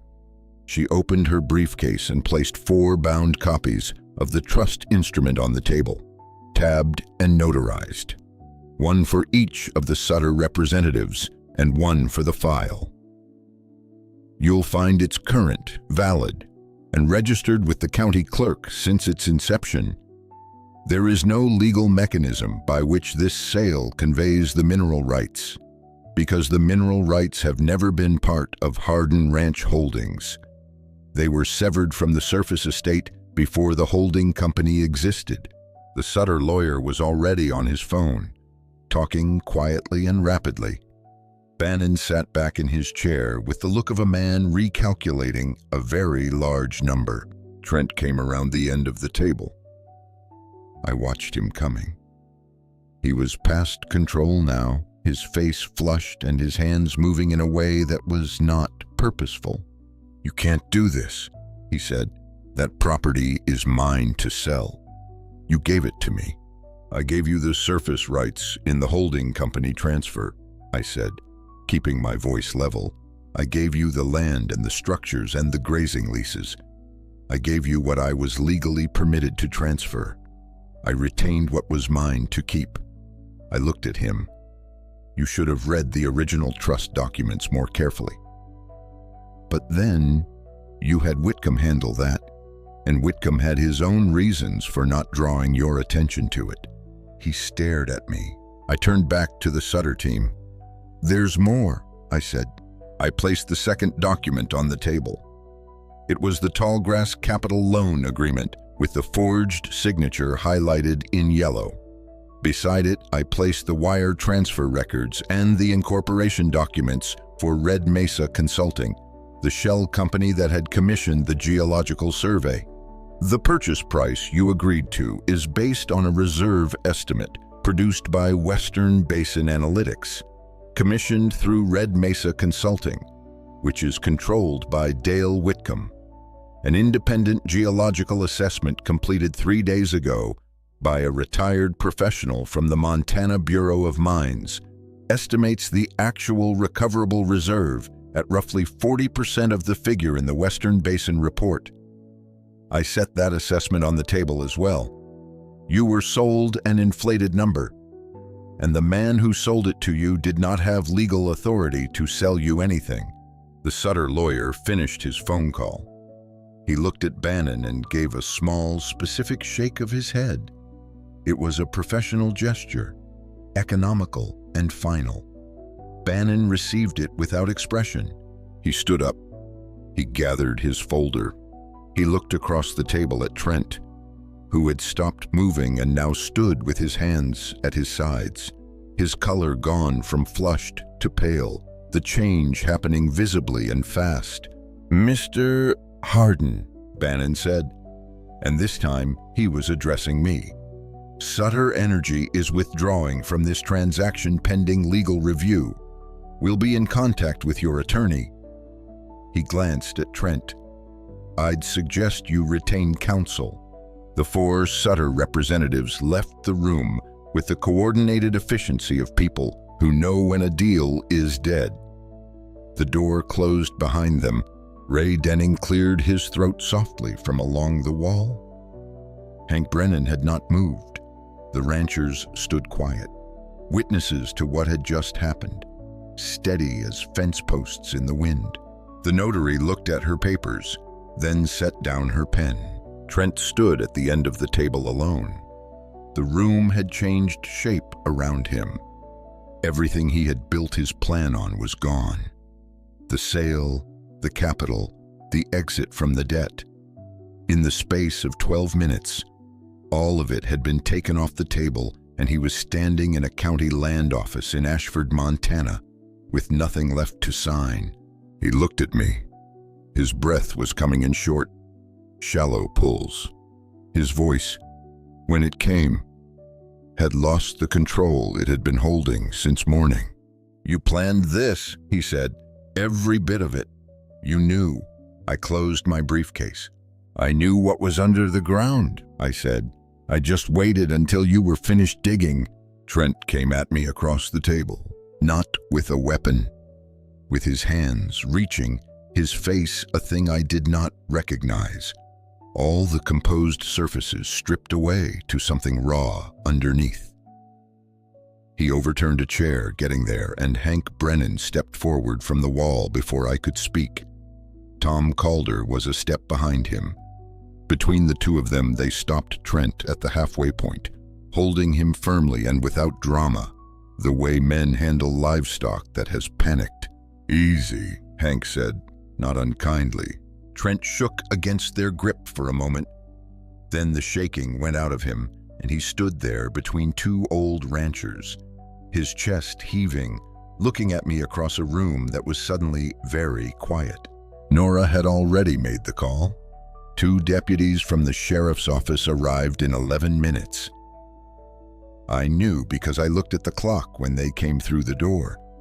The notary, to her credit, had stayed in her chair and kept her notes and said nothing to anyone. One of the deputies was a young man I did not know. The other was Jim Aldecoa, who had been on the force for 20 years and whose youngest daughter had been in school with Maddie. He came in, assessed the room, and looked at me with the level expression of a man who has been given a briefing and has processed it. "Mr. Hardin," he said, "we received the filing from your attorney's office this morning. We have some questions for your son." "I know," I said. "Nora, give them the packet." She had it ready. 4 copies bound and tabbed, the Whitcomb confession, the forged loan documents, the wire transfer records for the payment to Dr. Harlan Webb, the photographs Maddie had sent her, printed on good paper and time-stamped, the geological assessment, a cover memo from Nora that laid the legal theory out in 3 pages flat. Deputy Aldecoa took 1 copy and handed 2 to his partner and 1 to the notary for the county file. He read for a moment. Then he walked to Trent. "Mr. Hardin," he said to Trent, "I need you to come with us." Trent pulled free of Hank and Calder. He stood very straight. He looked at the document in the deputy's hand and then at me. And in his face, I could see him running through the remaining moves, looking for the angle, the play, the thing that changes the outcome. He had always been like that, even as a boy, always looking for the shortcut that made the hard thing unnecessary. There was no shortcut here. "Those photographs are fabricated," he said. "My niece is 14 years old and she has no idea what she photographed." "She photographed you," I said, "with a blade, in the barn, at 5:47 in the morning on a day you told everyone you did not go to the barn." "The metadata is right there," Nora said quietly. Trent looked at her, then at me, then at the door, as if measuring the distance. Deputy Aldecoa moved slightly, not dramatically, but enough. "The geological survey," Trent said. His voice had changed register, gone higher and faster. "Bannon commissioned that. That's on Sutter Energy." "The commission records show Red Mesa Consulting," Nora said, "which is registered to Dale Whitcomb at your billing address." He looked at me one more time. It was a different look than anything that had come before it. Not anger, not contempt. Something I had not seen on my son's face since he was very young and had been caught in something he could not talk his way out of. A cornered, frightened thing that had been wearing another man's face for years and was now standing in the county land office without its mask. Deputy Aldecoa took 1 step forward and Trent did not move away. "There are outstanding charges being reviewed," Aldecoa said. "Forgery, wire fraud, filing a false financial instrument, and pending review of the civil complaint regarding the guardianship petition. We'd like you to come in." He reached for the handcuffs. The metal sound was the same in every room, every circumstance.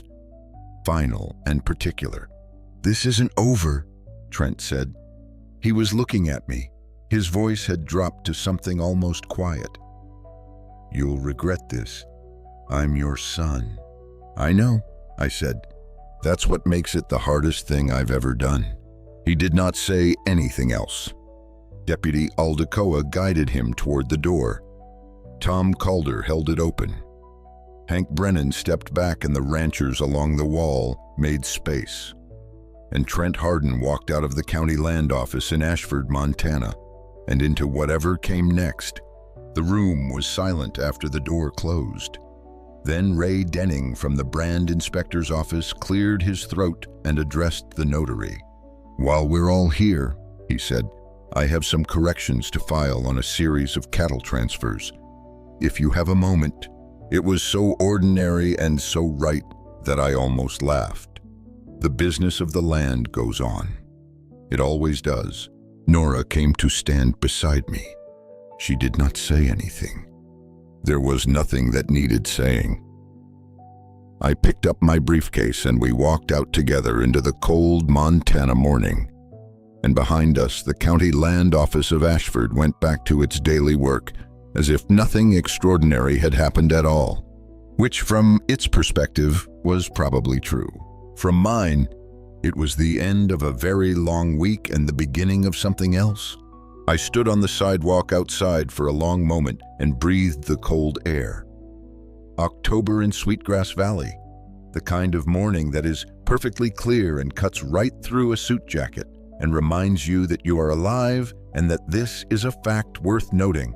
The mountains to the north were the same mountains they had always been. The valley below them was the same valley. And under that valley, in the tight sand formation my father had pointed out on a map 60 years ago, the gas still sat quiet in the dark, waiting. Some things do not move until you're ready. They called me 2 hours later. I was back at the ranch, in the kitchen, eating a sandwich I had made from what was left in the refrigerator. Lacey had left. Her car was gone when I came home, and her things were being removed when I walked past the bedroom. 2 hired men loading boxes into the bed of a truck, while Lacey supervised without looking at me. We did not speak. There was nothing to say. She had signed onto a plan that had failed, and she was now making the calculations that follow from that, and I had nothing to offer her and nothing to ask. The phone call was from Deputy Aldecoa, who had the measured voice of a man who has spent 2 decades delivering information without editorializing it. "Trent is asking to see you," he said. I looked at the sandwich. "At the station?" "Yes, sir. He's been processed and he'll be transported to the county facility for arraignment in the morning. He's within his rights to request a visit. It's your call." I sat with it for a moment. "I'll be there in 30 minutes, I said. The sheriff's office was a single-story building on the south side of Ashford that smelled of floor wax and stale coffee. Aldecoa met me at the front and walked me back. The visiting room was small, with a table and 2 chairs and a window of reinforced glass, and the institutional quiet of a place where difficult conversations happen all day, every day, and the walls have absorbed enough of them to feel heavy. Trent was already there when I sat down. He had been given a change of clothes and he looked diminished in them, smaller than the man who had sat at the closing table that morning. His hands were on the table in front of him, and they were the hands of a 45-year-old man who had been working at a desk his whole life. Soft at the palms, nothing worn into them. He did not say anything for a long moment. I let the silence run. "I didn't think you'd come," he said at last. "I almost didn't," I said. He looked at the table. He turned his hands over once and back. "I need a lawyer," he said. "A real one. Whitcomb is gone and the public defender is—" He stopped. He looked up.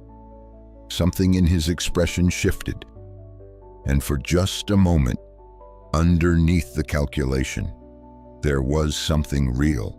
"I know I can't ask you for that. I know what I did." "Do you?" I said. He was quiet. "Tell me something," I said. "Not for the record, not for a lawyer, just between us, right here. Did you know about the saddle before you sent me out that morning?" He looked at me. His jaw moved. I watched him come to it slowly. The thing on the other side of all the excuses and the planning and the self-justification. The thing a man finds when he has run out of places to hide. "I knew," he said, His voice was barely audible. The room held it. The words went somewhere permanent the moment they were spoken, the way certain things do, and we both understood that nothing that came after would change them. I looked at my son, the boy I had taught to shoe a horse and drive a truck and read a contract, the boy who had his mother's eyes and his grandfather's stubbornness, and who had somewhere, sometime decided that the easier path was worth the cost of who he would have to become to walk it. I thought about rage. I had carried it for a long time, and I was tired of the weight. "I'm not going to get you a lawyer," I said, "but I'm also not going to ask the DA to push for maximum sentencing. What you get will be what the law says you get. No more, no less." He nodded. Once, he did not look away. "The ranch," he said. "What happens to it?"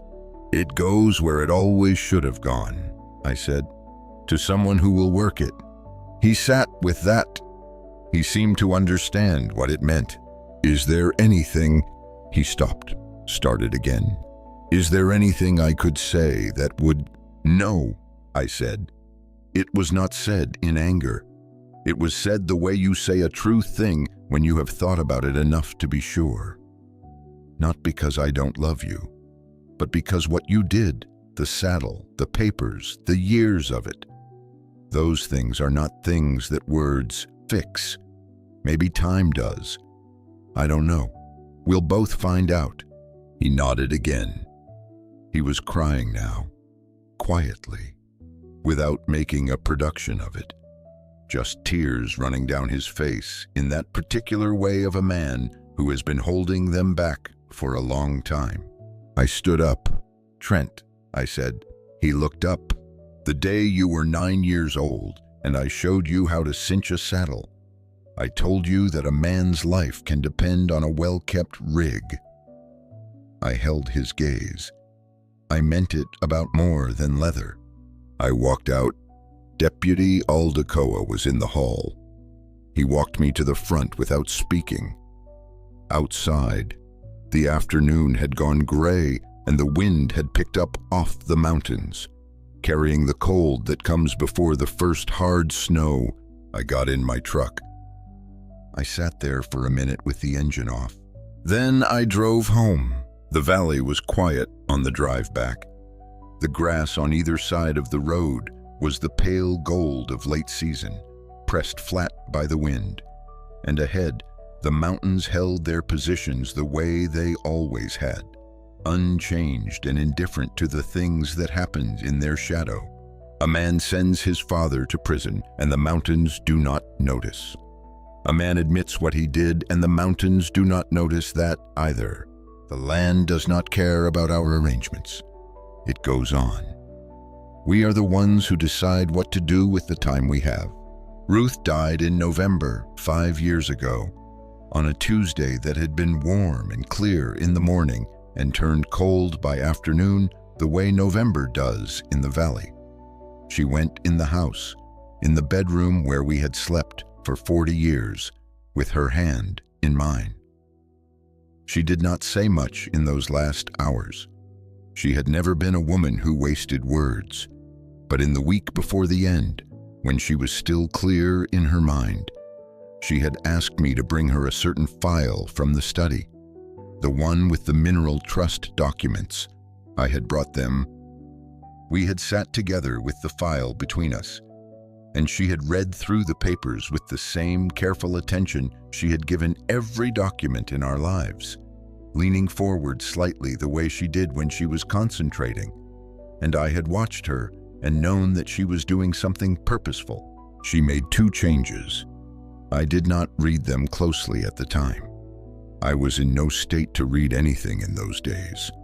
I only fetched Jean Hayes to notarize them because she asked. I had not opened that file since the day she died. It had gone into the safe with everything else, and I had left it there. The way you leave certain rooms in yourself closed for a while because you are not ready for what is in them. The night after the closing, After Trent had been processed and Lacey's car was gone and the house was quiet in a way it had not been quiet since before my accident, I went to the safe in the study, the same room that had been stripped to white walls and mirrors and Lacey's gym equipment. I had begun the slow work of restoring it.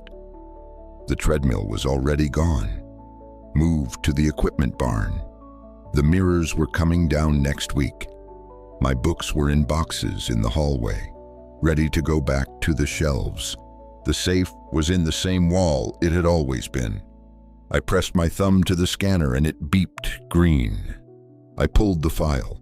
I sat down at the work table with the trust documents and a lamp and read through what Ruth had changed. She had not altered the mineral trust itself.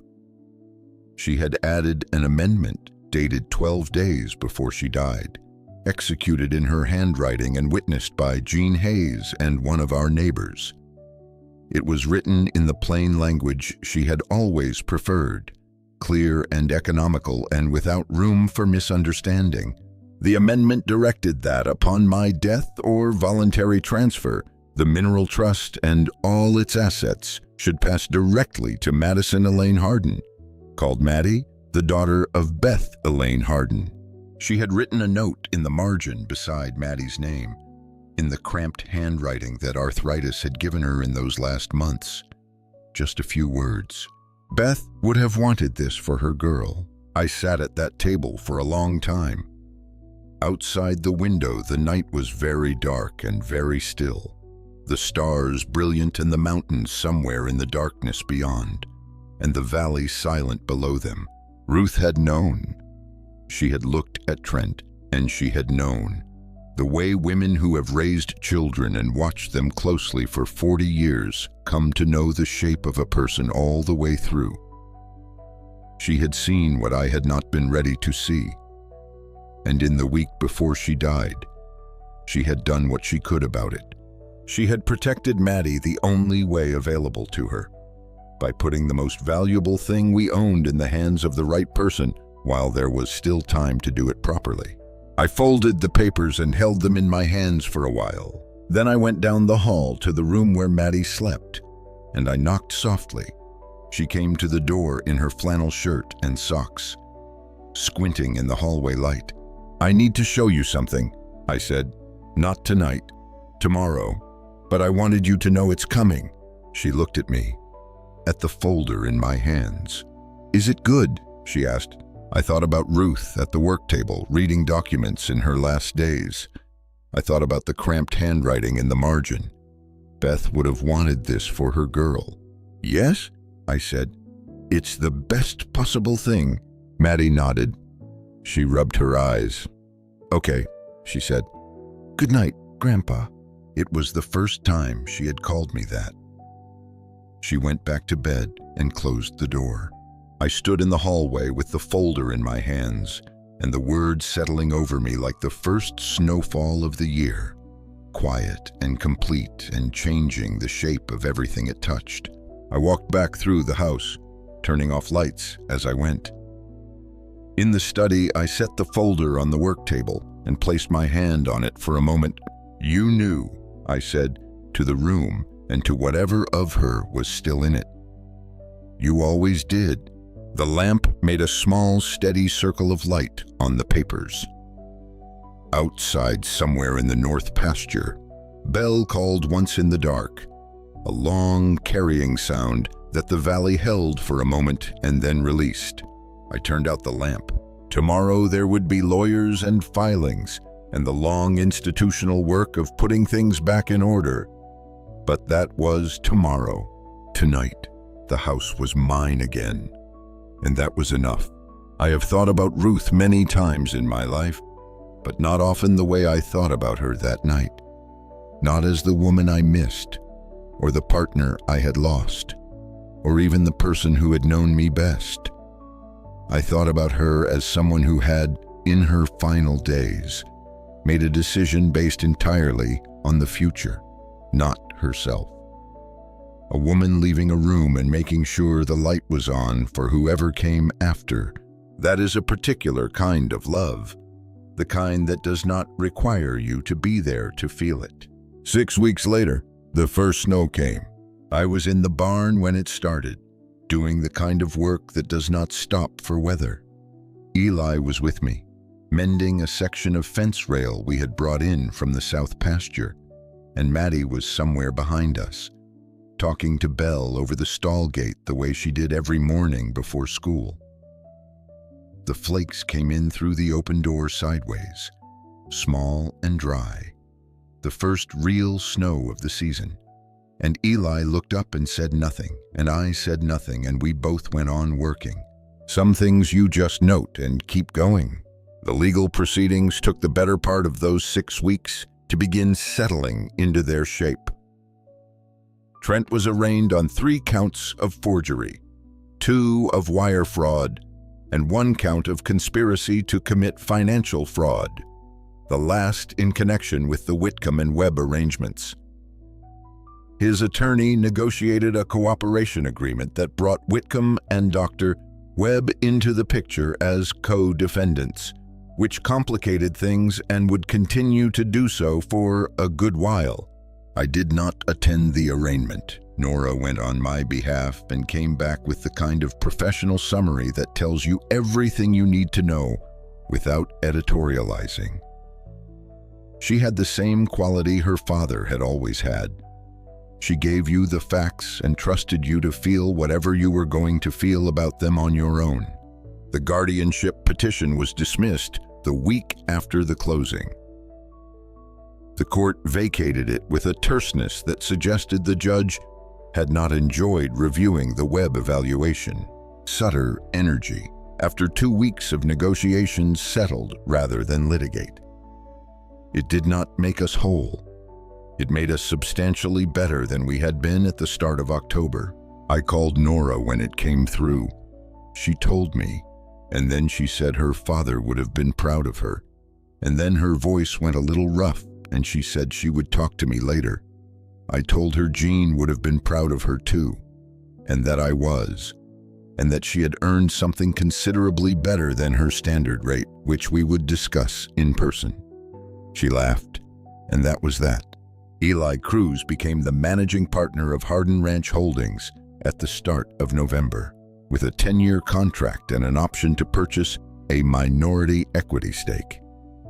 He had not asked for it. I had offered it. He sat across the kitchen table from me when I put the papers in front of him and looked at them for a long time without picking up the pen. "You don't have to do this," he said. "I know," I said. "Pick up the pen." He picked up the pen. He is a good steward of the land. Better than I expected, and I had expected good. The cattle went through the winter in strong condition. The spring calving numbers were up from the year before. He hired 2 additional hands in February, one of whom came recommended by Hank Brennan, which was recommendation enough. Maddie turned 15 in January. I drove her to school on her birthday in the old truck and took her out for dinner afterward at the one decent restaurant in Ashford. And we talked about her classes and about horses and about the geologist from Helena who had agreed to take her on for a summer learning experience. And it was the best evening I had spent in longer than I could accurately remember. She showed me a school project she had done on subsurface geology. I read it at the table, and it was good. Better than good. Her grandmother would have recognized that mind. In February, I received a collect call from the State Corrections Facility. I looked at the number on the screen for a long moment. The snow was coming down outside the kitchen window, thick and steady, the kind that closes roads and stills the whole valley for a day or two. And the house was warm and quiet, and Maddie's books were spread across the kitchen table. I put the phone face down and went back to my coffee. There are things a man cannot fix in another man, even his own son. The impulse to try never entirely leaves, but there comes a point at which you understand that the trying is as much for yourself as for the other person, and that what the other person actually needs is something you cannot provide. a reckoning that has to happen inside him, in the particular silence that a cell and a sentence create, without shortcuts and without rescue. I had paid for that education myself once. I knew its value. People say that family is everything. They say you forgive your blood no matter what. They say that at the end of everything, the only thing that matters is the people you came from. I do not think that is quite right. I think family is the people who show up, the ones who stand in the cold because they said they would, the ones who keep the barn clean when the owner is in a hospital bed and nobody's watching, the ones who take photographs of things they don't understand in case they turn out to be important, the ones who sit with you after a funeral and don't say a word because they understand that words are not what is needed. I lost a son. I found a granddaughter, a managing partner, and a lawyer who has her father's eyes. And on a Tuesday in October in a county land office in Ashford, Montana, I stood in front of the people who tried to take 3 generations from me, and I gave them back exactly what they had earned. The snow is still coming down out there. Belle has her blanket on. Eli is in the barn doing what needs doing. And Maddie is at the table with her books, and she just looked up at me and asked if I wanted more coffee. I told her I did. Some things you just note and keep going. This is what the years finally taught me. Blood does not make a man your family. Loyalty does. Respect does. Showing up in the cold because you said you would, that does. We are raised to believe we owe the people we are related to an endless patience, that forgiveness is owed no matter the wound. But there is a difference between forgiveness and surrender. A man can forgive his son and still refuse to hand him the knife a second time. Setting a boundary is not cruelty. It is the most honest thing a person can do, because it tells the truth about what you will and will not allow back into your life. The hardest lesson of growing old is learning that some people mistake your patience for weakness. And the bravest thing you can do is show them, calmly and without apology, just how wrong they were. If you have ever been written off as too old, too tired, or too far past your prime to matter, then you already know how Cole felt standing in that hospital room. You know the particular ache of being underestimated by the very people who should have known you best. And maybe you also know the quiet, steady strength it takes to stand back up, gather what is yours, and walk forward with your head held high. That kind of strength does not retire. It only deepens with the years. If this story moved you tonight, do me a favor and let it be known. Hit that like button so it finds the people who need to hear it. Subscribe to the channel for more stories of dignity, loyalty, and hard-won justice. And I would truly like to hear from you. Have you ever had to draw a line with someone you love to protect your own worth? Tell me about it in the comments below. I read them, and I am listening. I will see you in the next one.